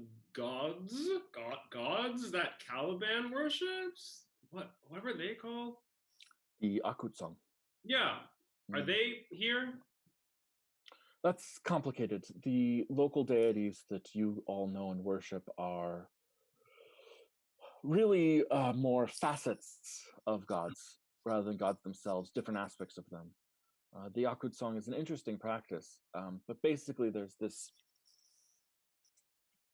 lore dump that's going to happen right now, apparently. Basically, there is a... gods have this aspect where the way that they are worshipped can affect what they are. Not entirely, but a god of justice, for example, this is the clearest example. If worshipped by people who believe in good justice, will be a good god of justice. And if worshipped by people who abuse justice, will become literally shift to evil form of justice. Now, you can't pervert a god's nature based on anything else, like you cannot change their core, right? You cannot make him a god of not justice, for example. But as a result, most of the gods have sort of abandoned aspects of their personalities over the years, things that they wish to see suppressed in some ways. The Akutsong is the name that your planet uses for these fallen aspects of deities. Sometimes rightly, sometimes wrongly.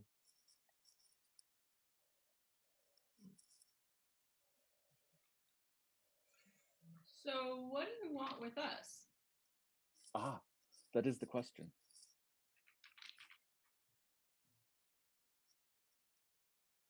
Oh, you wanted an answer.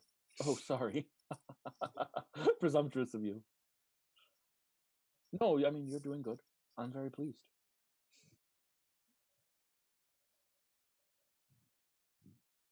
So, what do you want with all of this world stuff? I merely wanted you all to be aware of what it is that I have thrown you into.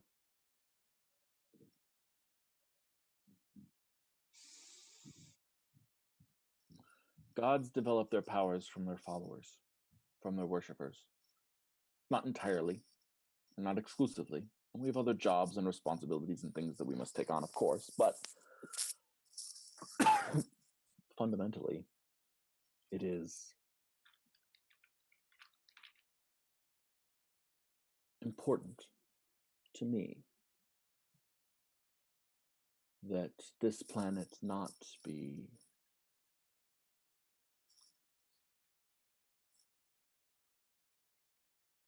become less than what it is.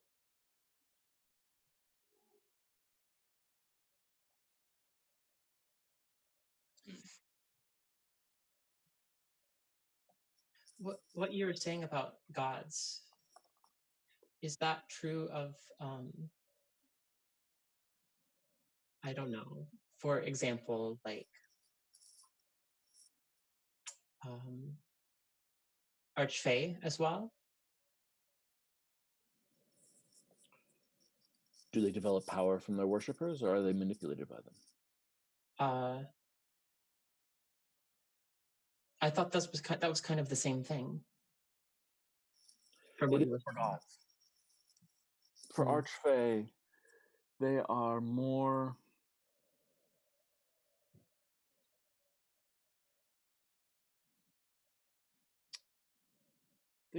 like capricious, overpowered mortals, even though they are not mortals. Similar to some forces in the world, like liches. Things that have power but don't have the same responsibilities and therefore the same traps the gods fall into. Oh, okay. Well, good to know. Just abstractly for no particular reason. Yes, no particular reason.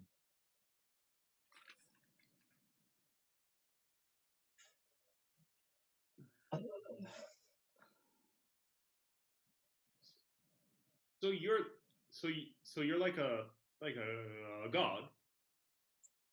One might say that. Not your god, though. Don't bother worshiping. Oh no, I don't. I worship at the altar of science. But you have How's that working out for you? Decently. Good. I like it. Yeah, you have powers though. Sure, all gods do. So you could save people. You could help people, and yet you choose to just revel in the chaos. Like you send us as agents of chaos to destroy the covering. And I mean, you manipulated me. Do you feel like an agent of chaos, or do you feel like you helped people? Yeah, that's a fantastic question. Also, why didn't you just take the covering down yourself? You think I could? I mean, God's a god, right? You understand little of godhood. That's probably for the best. You'd make a terrible god. I guess I'll try not to take that too personally. Unless I should. I don't know. I have power.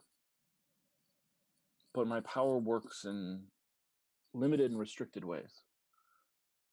I use those limited and restricted ways to do what I think benefits the things that I believe in, the things I care about.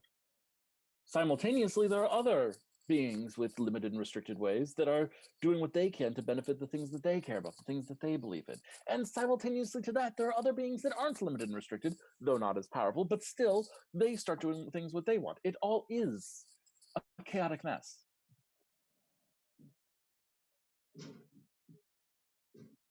even if I could, it wouldn't be helpful for me to come down from on high and say, "Hi, everyone, I'm a god. You could follow me, and we could make the world a better place, or the galaxy, or whatever." It wouldn't really. How do you think that would work? Don't you think that would essentially turn me into like a dictator? People would just start worshiping me because I am a god, and like then I would have to deal with the fact that I have these crazy worshippers that are like going crazy about like things, and they're trying to interpret like my passing sneeze as a sign of some sort. Yeah, no, it sounds like it's a real tough situation for you. My heart goes out to you in this difficult time. Yes, I'm sure it bleeds.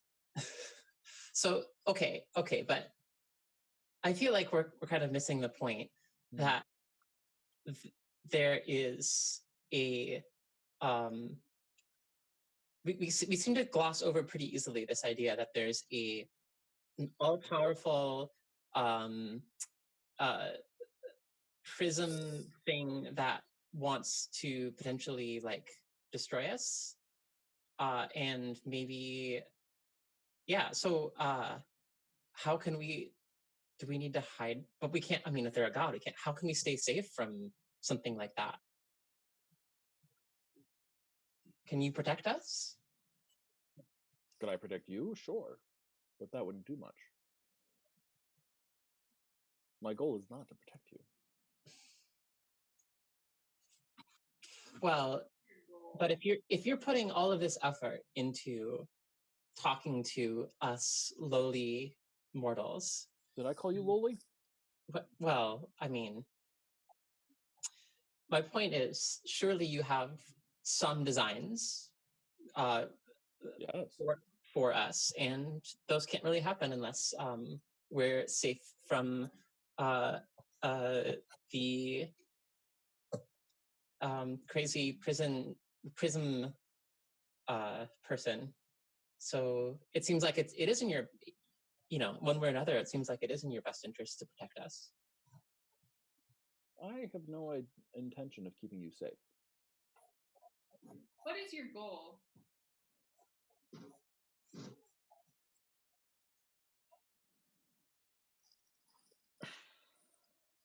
I'm not entirely certain you're ready to hear. Well, you could try. It might come better if you figure it out. You got a lot of faith in us, huh?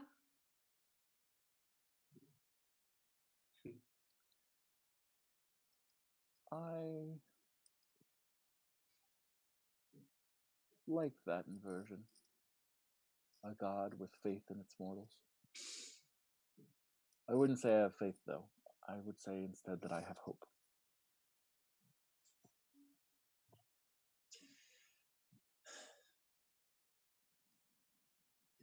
You're not just hanging out watching us putting beans on a scale?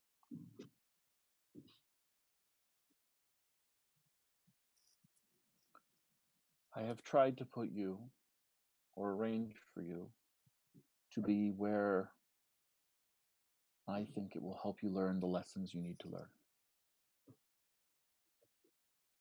Why do you care so much about us? I don't. Well, why bring us here now? Or you must have known Nova would touch the table. I had no idea. Oh, I can't see the future. I can just interfere with other people's visions of it. So we're just here by some weird accident. You're here because some Deific billing rolled a fucking 88 on a D100. No, sorry. Barbie, you're here because I felt that each of you had traits that would contribute to something, and then you have worked together. You could have easily fallen apart.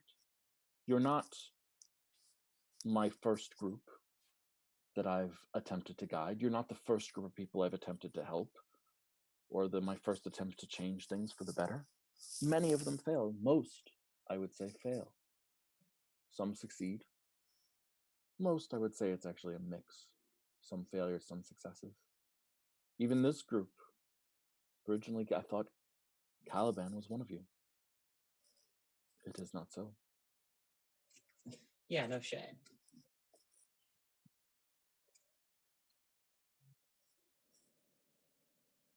I give you the information I can when I think it will help you most.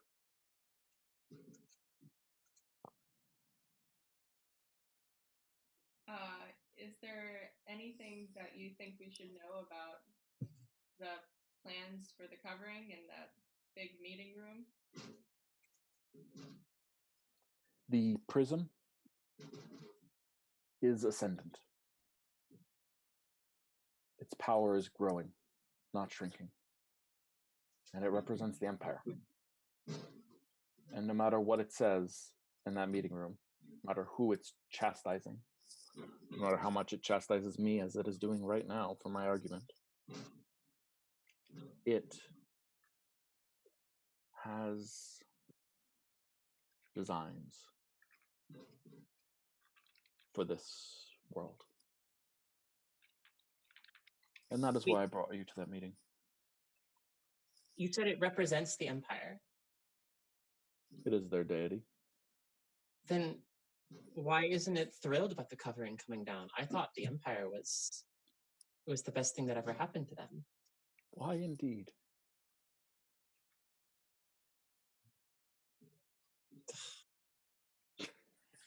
I'll allow a persuasion check here, Alexa.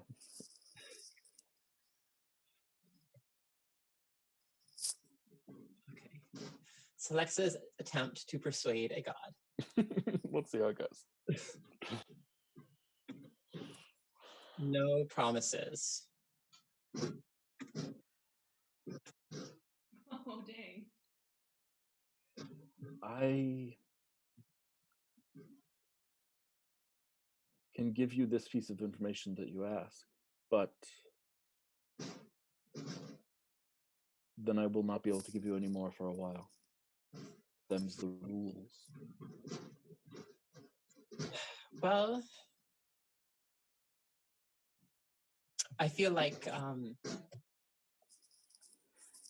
more that we know about the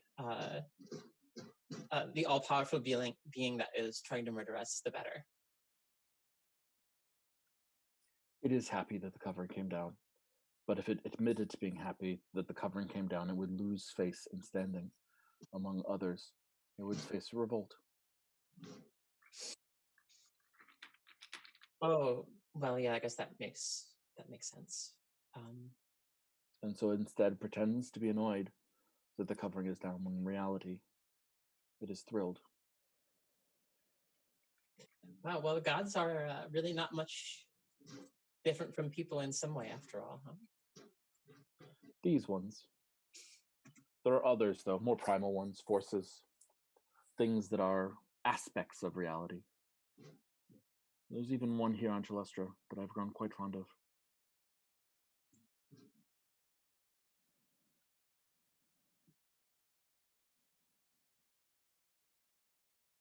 We've spoken late into the night sometimes. Sorry.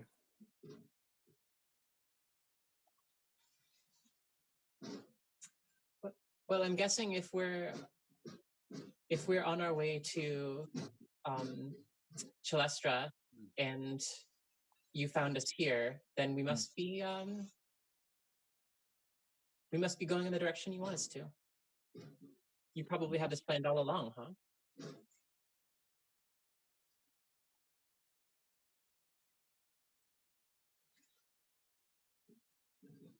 I have learned not to make plans where I attempt to estimate or guess the actions of mortals. You are too infinitely variable and infinitely surprising. Oh, thank you.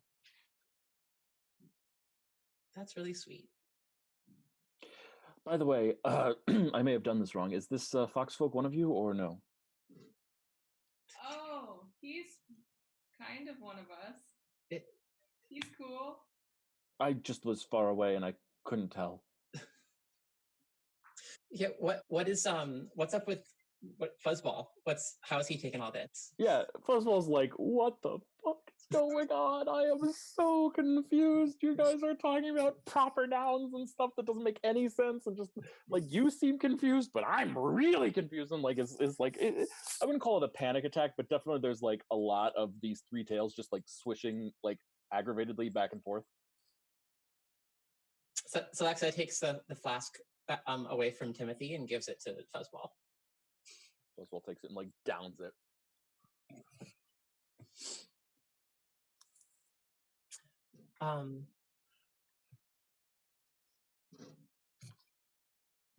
Well, hasn't this just been a lovely tea party?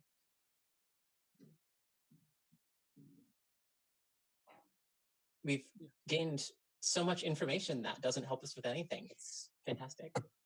You think it doesn't help you? That is very like you. You are trying to, convince me to help you more because you don't think that what I've given you is enough because you want more. But I think what I've given you is enough.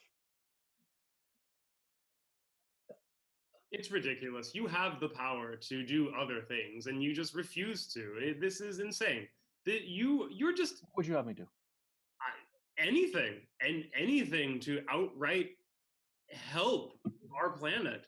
Right now, you are just playing with us on a whim. We are your playthings. You know, to the gods, we are like krill. For their sport, we are killed.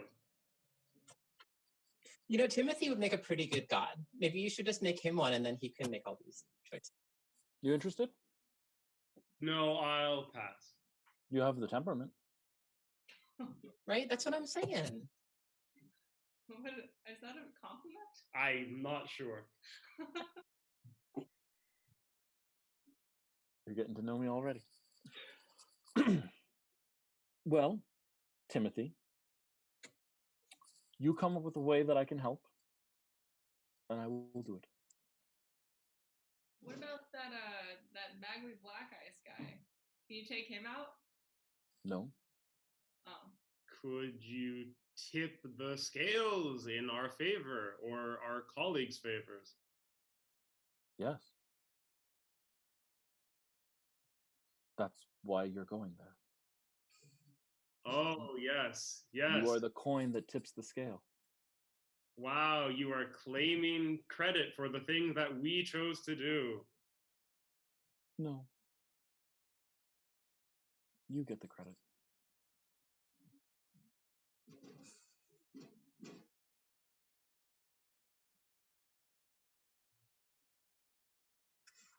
I feel like it's pretty clear that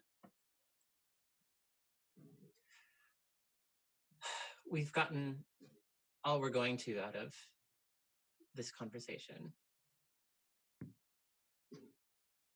Perhaps we spoke too soon. Okay, fairly well. Should I erase his memory? Points at Fuzzball.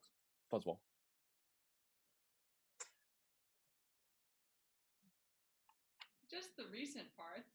Yes, of course. Just the last 15, 20 minutes or whatever. He'll still be drunk, right, when he wakes up. So Sure. Yeah, so he'll just think he drank a little too much. It's fine. Yeah. So she holds out her hand, and her hand is very, very skinny and very, very dark skinned, and to a degree where it almost like seems to absorb the light. And as she holds out this dark hand, you look at Fuzzball and you see just suddenly all of his fur parts, and then his skin parts, and then his skull parts, and then his brain parts, and she just reaches in with two fingers and plucks out something, and it looks like almost this weird string-like thing, and she just sort of starts tying it into a bow and like drops it from her other hand, and it falls down and disappears into like a zip that opens in reality. And then she just holds her hand forward and reconstructs Fuzzball's entire head. And then Gross. back to the island. And she snaps her fingers. And you all find yourselves back on the island. I feel like I should touch the table again. Nova, no. Touch the table. Okay. Well, maybe we should leave then. Yeah. It's a boring island anyway. Well, There's- thanks for nothing. That tea wasn't even the best I've had this week. That's really true, actually. Yeah. As you It are was better leaving, with whiskey. oh, sorry, say again. I said it was better with whiskey. As you are leaving, there is a basket filled with fresh fruit, like in your dinghy. Does it resemble the baskets of fruit we got in the kava? Yes.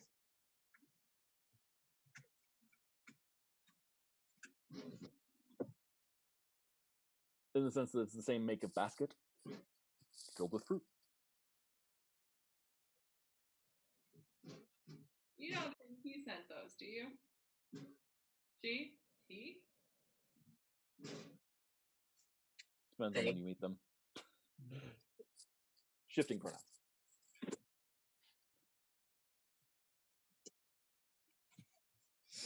Yeah. All right. So, Well, so what are we gonna tell Oceana? it was an empty island, and we Well, brought. it was an empty island, wasn't it? Just this weird table and chairs here. It's Yeah, I mean, clearly man-made, but I Yeah. don't sense anything about it off or odd. quite a mystery. I thought I sensed divine magics earlier, but not anymore. Yeah, probably nothing. We should go. All right. Hops in the dinghy, takes an oar, and starts rowing back. Little fox folk. It's pretty strong for a fox folk. Rows the dinghy back, and you guys make it back to the ship. I'm gonna go tell Oceana what we didn't find. Just some fruit. Yeah, for sure. Here, take a. I don't know. Take a banana. Thanks. He pulls it, peels it, and starts eating it. I'm actually gonna grab, and he grabs a grapefruit. I'm gonna grab this for Oceana, and walks off and delivers it to Oceana. Gotta keep away the scurvy. Yeah, not the least healthy idea.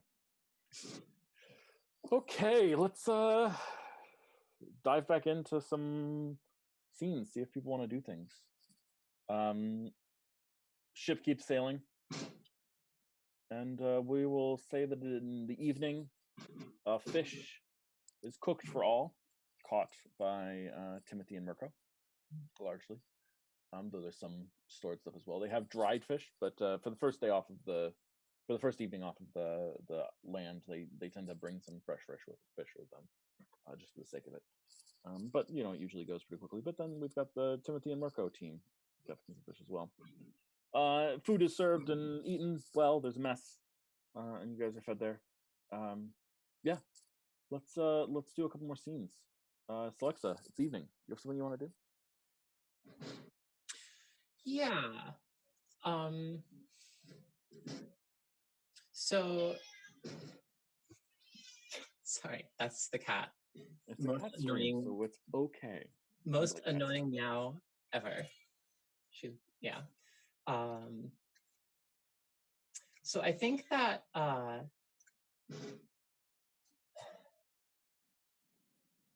so Alexa is going to go to after dinner.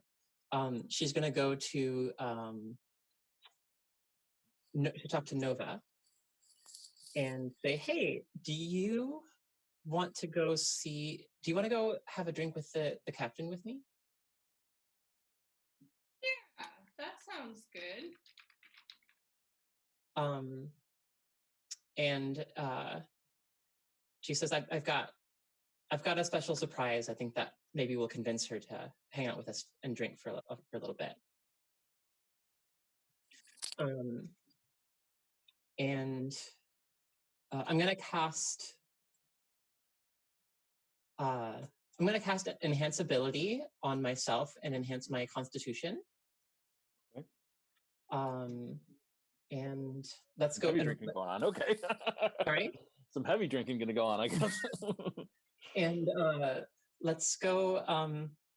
Let's go and knock on the door to the captain's quarters and say, "Hey, and I'm going to say, hey, it's me. I've got a little present to share. Sure, come on in. And you go in, and it's Oceana and Kaza, and she says, "We'll be fine, Kaza. You can take the rest of the night off." Kaza nods and looks at you guys, nods, looks at Nova, and looks up and down and nods. And then the hobgoblin, she walks out the door. Hey, Celexa, Nova, how are you doing? Well, we're doing. I mean, I don't know. Speaking for myself, not super comfortable on a ship, but fine, and super grateful. And I just wanted to show my appreciation. And she pulls out a bottle of extremely rare and expensive whiskey that was given to her as a gift in the Kva.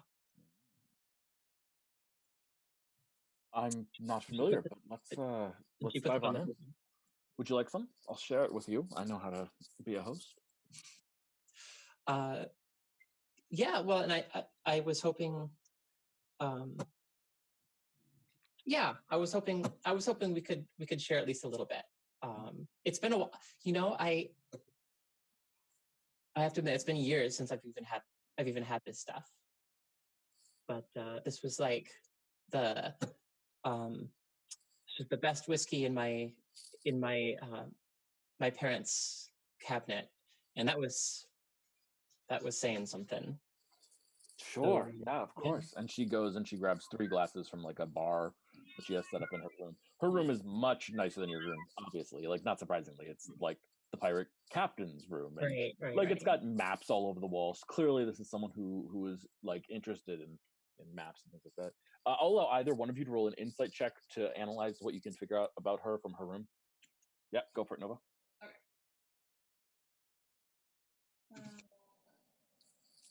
Ooh. She's definitely a pirate. Yeah. So she hands out glasses and pops the bottle and with a flourish and pours whiskey for all 3 of you. Double shot for anyone? Pours some more for you. Yeah. We'll take a seat. And she sits down on like this couch that she has there quite comfortably. And there's chairs and couches around it. It's very plush. So, yeah. Oh, thank you. Cheers to new friends. To new friends. Pours more. So, yeah, I've been thinking more about what you were saying about Racy and everything that's going on there. And yeah, I feel like it seems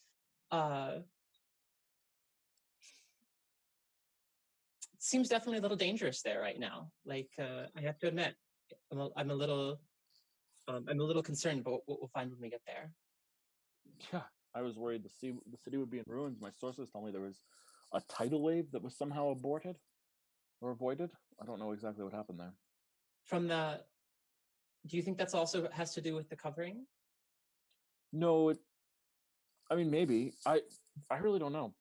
Interesting. Things are very chaotic there. It's hard to tell exactly what's going on.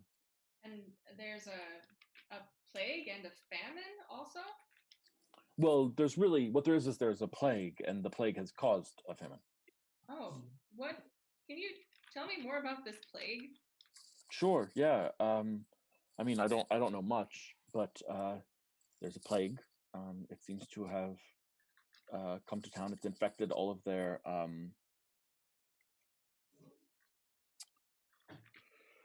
it seems to travel through water, is what my understanding is, which is rough for them because, water is life. And as a result, it's been affecting their crops as well as their citizenry. And so there's a shortage of food, hence this trip. What are the symptoms of this plague? Sure, yeah. typical gross stuff. I'm not really like a medical expert or anything like that, but fever and illness, vomiting, weight loss, uh, greenish color around the cheeks. Oh. Yeah, gross. Yeah.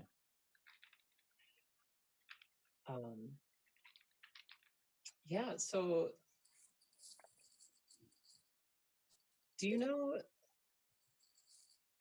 I have to admit, well, Timothy, of course, is going to show us around a bit, once we're there. But I don't really know anybody. I don't really know anybody in town per se.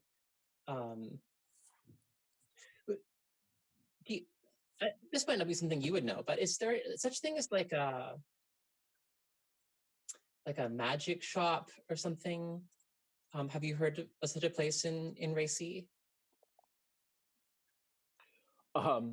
Magic items are things that people tend to hold dearly to themselves. There's not like shops exchanging them, but there's certainly hedge witches of various sorts that will cast spells or charms to help people in difficult ways and times. Yeah.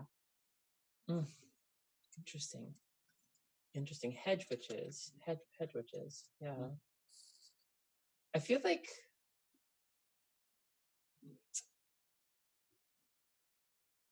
somebody was telling me about some kind of hedge witch in Racy. Trying to think, some see something. Masha Seasworn, perhaps. Maybe that sounds vaguely familiar. That could be it. Yeah. Is that somebody like that you've heard of? Is that somebody you know? Well, clearly, if I mentioned her name, I've Well, I heard mean, of of course. Yeah. What? I didn't really get much information about them. I just heard it in conversation. But yeah. tell me. Well, she was a witch for a while. Helped out some people. Does some good work, I guess, taking care of people. She's not anymore, is my understanding. She was captured by Black Ice, and I think imprisoned. I haven't heard anything to the contrary, but I'm not always up on the latest news. Oh shit, she's in prison. Or whatever Black Ice does to people. Yeah. Yeah, he's. I mean, not to speak ill of the person who gave you your papers, but he seems like kind of a butthole.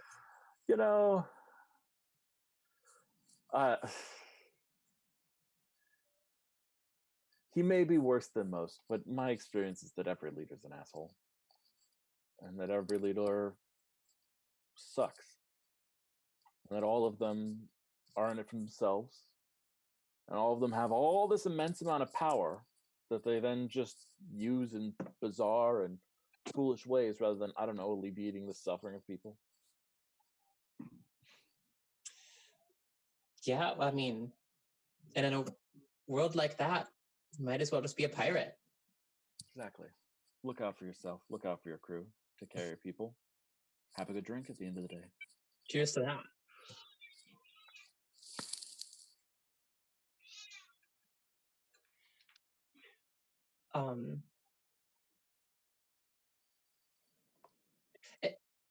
Is there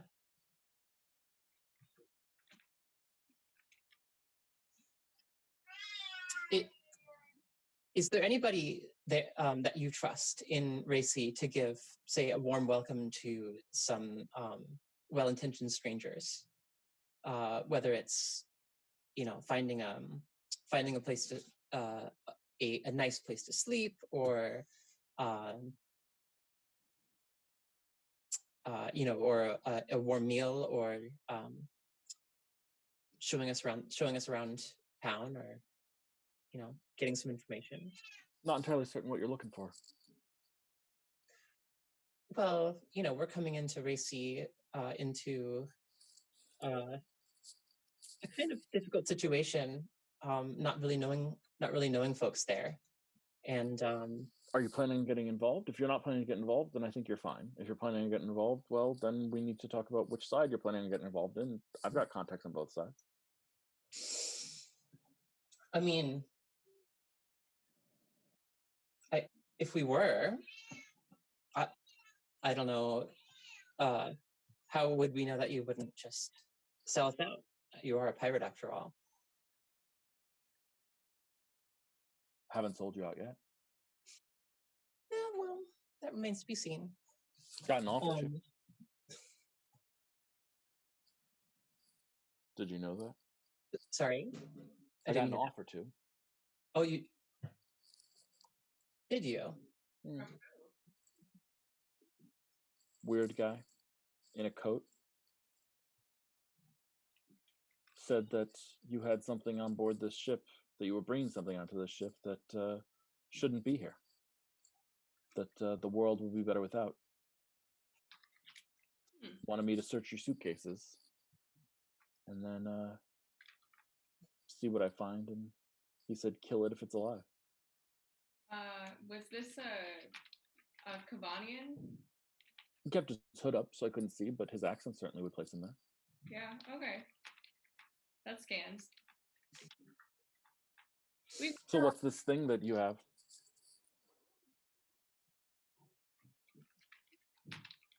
Wait, that we have. Nova, you don't. You didn't, did you? Did I do what? I didn't bring it. You didn't bring any. Nothing alive, at least. Yeah, I didn't. But you know what either. he's talking about, nonetheless. We've got all kinds of weirdos following us. Roll a deception check. Because you know. Okay.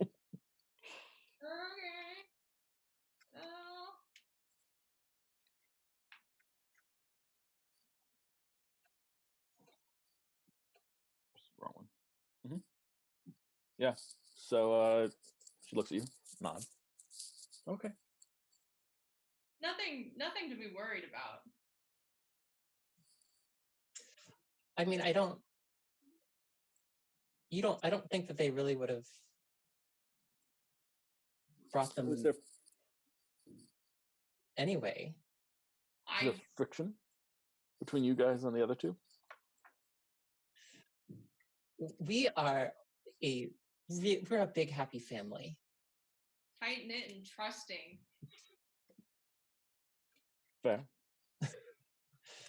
Let's cut there, but we'll come back to later on in the scene if that's okay. We'll continue. Okay. Sure. I'll check in on Timothy first. You said you had something you wanted to do this evening? Was I wrong with that? Or was that Thea? I think. Thea, what were you thinking about doing this evening? Oh yeah, you're meeting Blade. That's what you wanted to do. Yeah. Yeah, I'm waiting for Blade. But I think before Blade comes, I'm just gonna like create a psionic link with the brain shrimp in my room. Like tell them if somebody's coming and like be excited, but like make a good impression. Make a good impression. And it's been a while since I don't think I've shared a room. Would they have heard Celexa's conversation on the sending stone? Interesting. Just curious. No, they would not have, because it's partially psionic. Okay. Yeah. So no is the answer. Okay. Not so unless then they would have to have been actively searching for it, and that would have involved you like letting them know. So. Gotcha. Yeah. So I just tell them, someone's coming. Yeah. So there's a quiet knock on the door. Come in.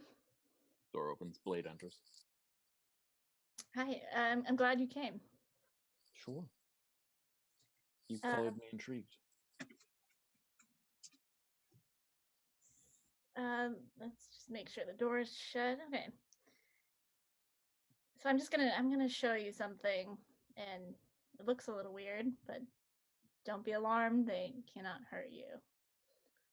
And I take a box out or whatever I'm holding them in and open it up. I think it has water in it for them. But we've been calling these brain shrimp. But they each have a name. And they're quite nice. How does this work if we were to do something? Not that I'm interested, just curious. So how it works, they would go into your skull, attached to your brain, and then from there you're pretty much linked. They can see through your eyes, they can talk to you, you can talk to them. Could they control me against my will? There is a possibility, but these ones are. So I'm supposed to trust your word.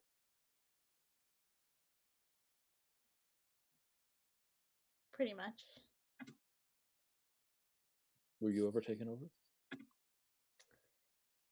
Yes, this one here, I show her. Xeris was my companion. But he's not with you anymore. A while. Well, we met over not exactly agreeable circumstances, but we did form quite a bond. And once I asked him to leave, he did. But you haven't reconnected. I've decided my role in this journey is to help them find other homes.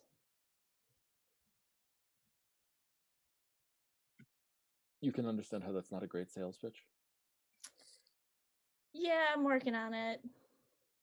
You're actually Like, the first person I've talked to about it. Like, here, have this permanent friend. No, I don't want one. That's not a... Sure. Well, would you like to talk to them? We can do that.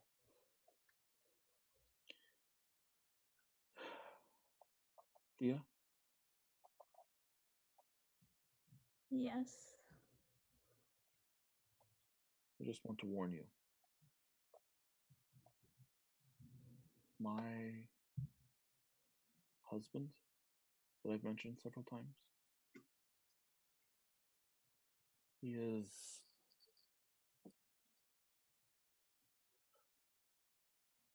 gone through a lot and is incredibly powerful and incredibly wily and incredibly cunning. My Goss is insightful, fast, and vengeful. If anything goes wrong, I promise you, your death will be slow and agonizing, but certain.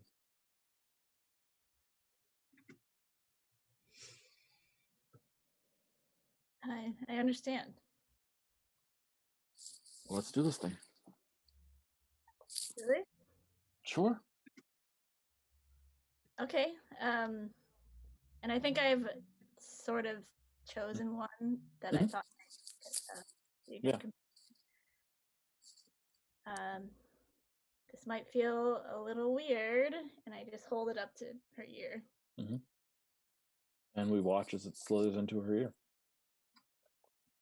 And let's cut back to our conversation with the captain, as this is literally going on downstairs. Nothing to worry about.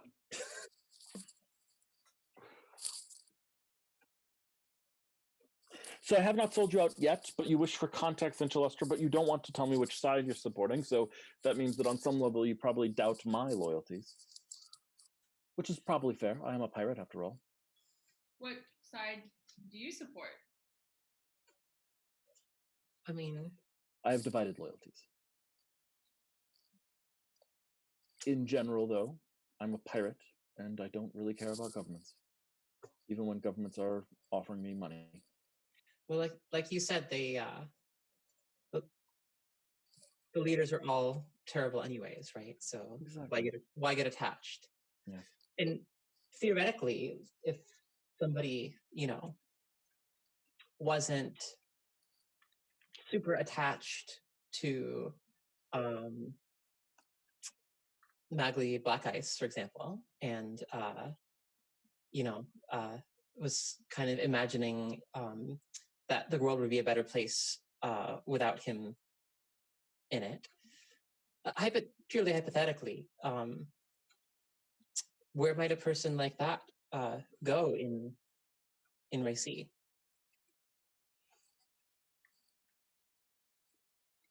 There's a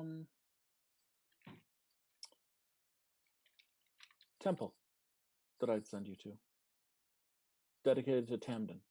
Oh, not me. This hypothetical person. Yes, this you hypothetical person. Yes. I would send them to Tamden, the Temple of Tamden. There's a high priest there who is trustworthy, more so than you.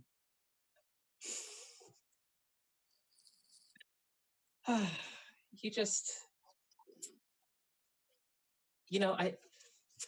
I get that.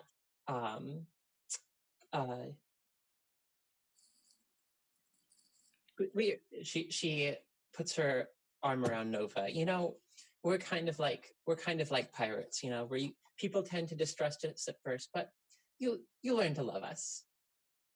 And she raises her glass to cheer again. Yes, you are all quite drunk. I would love con saves just to see how this goes from all three of you. Okay. Oh, she's fine. Oh shit! This is not great. I think Nova's also fine. You have your enhanced con, of course. Yeah.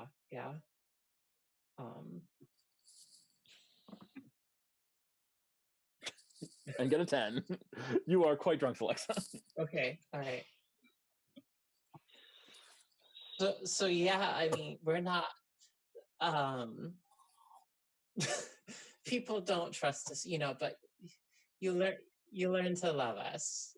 Let me tell you, you learn to love us. Yeah. So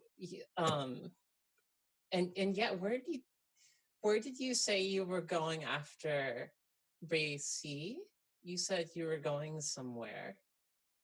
Yes, on a journey. Oh, that's nice. You're going on a trip. Oh yeah, that sounds so nice. Are you going with anyone interesting? I'm going without most of my crew. So that's interesting. Are you seeing any family while you're on this trip? You could say that. All right. Have you? More my family's family, if you know what I mean.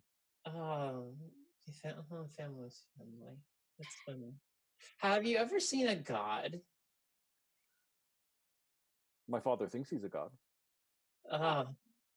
Yeah, my family's like that too. Oh, we talked about that. Yeah, your family knows that's funny. Yeah, we talked about that. Yeah. Yeah. Stupid family. Have I ever seen a god? I've seen things that have been bigger than I am meant to deal with. Oh my god. Oh, yeah. Well, fucking hear that. A kraken almost sank us once. Well, only once though. I mean, you've been out here for years, right? Once is pretty impressive, I'll have you know. Like I steered a ship full of the lousiest just wretches and dregs of sentience through like one of the darkest and most tumultuous seas of all time, and were attacked by a freaking kraken. And managed to get them out, and they're all alive. Well, okay, all but 2 are alive. I think that's a pretty good. That's a great track record. Yeah, Right. Thank you, Nova. Thank you. I'm sorry. I'm sorry. You're right. I'm sorry. I'm sorry. I'm sorry. Yeah. Oh, oh my gosh. Yeah, you're awesome. Thank you for dragging us along here. And yeah, yeah. So you're going to see your fam. You're going to see your family's family. That's interesting. Well, maybe are you coming back to Ray C? Maybe we'll see you. They'll want to return, so I'll take them back. Sorry? They'll want to return, so I'll take them back after the trip. Oh, they'll want to return to Ray C. They're home. Yeah. No, I just realized we don't know how we're getting back from Ray C. Oh, it's funny. Oh my gosh. Maybe Yeah. more friends. More friends. That's a great. More friends. Yeah. More friends. More friends. I think you've had enough. And she grabs the glass and like takes it from you. Nova, can you take her back? Yeah. All right, so Alexa, let's go. And Nova, the code wasn't very difficult to decipher. You go with revolutionary intent? Oh, I like to think we're on the right side. I'm gonna contact someone for you. Tell you who to meet, because the person I told Celexa to meet is possibly not going to be around. But I have a friend who may be able to help. That'd be great. Go out of my cabin. All right. Go to your horrible quarters down below. Yeah. Bye. Bye. Yeah. See ya. I half drag Alexa out of the room. Take the pretty one home. She called me pretty. And I think that's where I think actually the last thing we'll do is we'll see as the camera will just stay on Oceana for a second, and she'll go over to the couch and she'll flip up a cushion, and underneath it you see that there's a secret compartment, and she plops it open and picks up a small gem, and just sort of looks at it for a second and says something. Says, Thomas, I think I have some recruits for you. And that's where we will end the episode.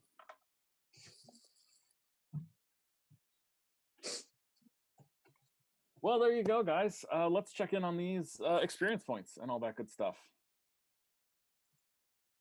All right. Let's see. How are we doing over here? Cool. This is 21. Timothy, how you doing?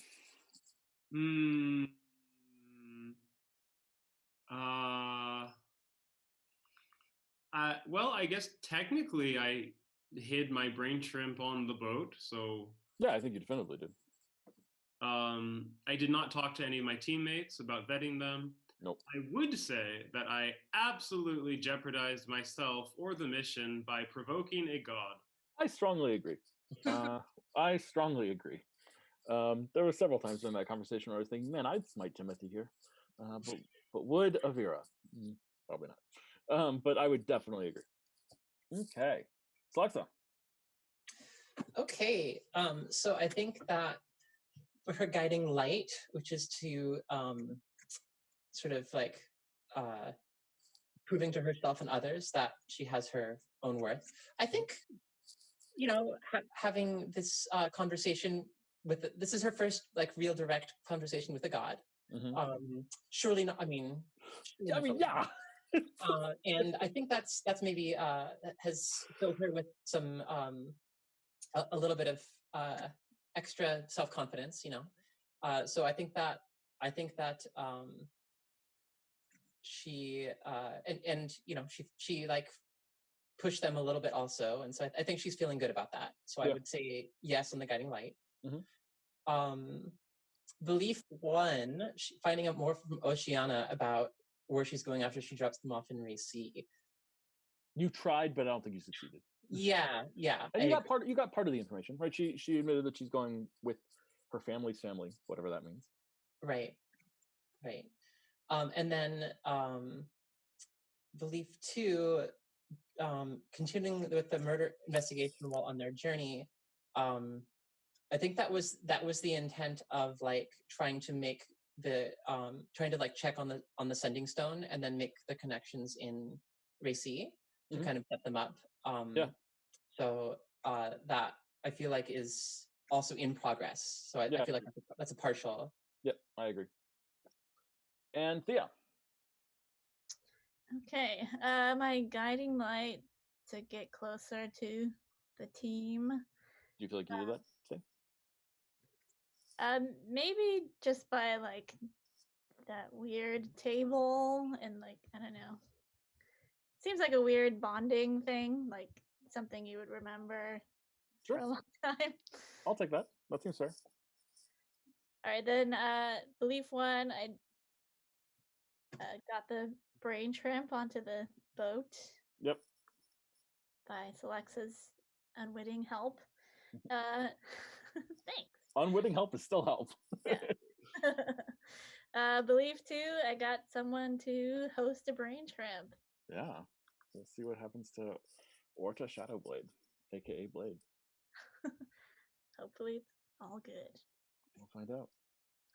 Nova. Well, guiding light. Do you think I threw myself into danger to protect friends? Do you think that Nova thought that there was a large chance the table was magical? Yeah. Then I think, yeah. I mean, I think that's literally like, yes, I'll throw myself on this magical grenade, sure. So yeah, I think you threw, and I think you were in danger? Yes, I think you were in danger. I think there were 9 or 10 things at that table that could smite you easily, relatively. Yeah, that could have gone worse. And then I think I did some snooping about Oceana. And I asked some more questions about Chalestra and the plague. So I think I found out some more about Chalestra. Yeah, I agree. I think all of that is. I'm gonna call that all successes, actually, if that's okay. And we can cross the units. So I think my intention right now is to do one more boat episode. We'll have the next 6 days of the journey, as it were, occur next week. So again, we'll see how that all works out in terms of everything. And again, time was a little bit foofy when I needed to be, because sometimes I need time to be foofy.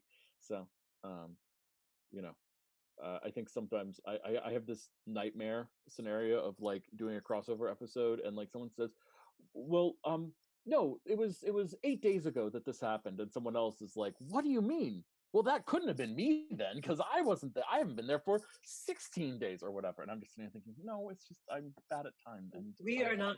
We would know, but I have that nightmare. Okay, I can't help it. I have that nightmare. That's fine. You can't count.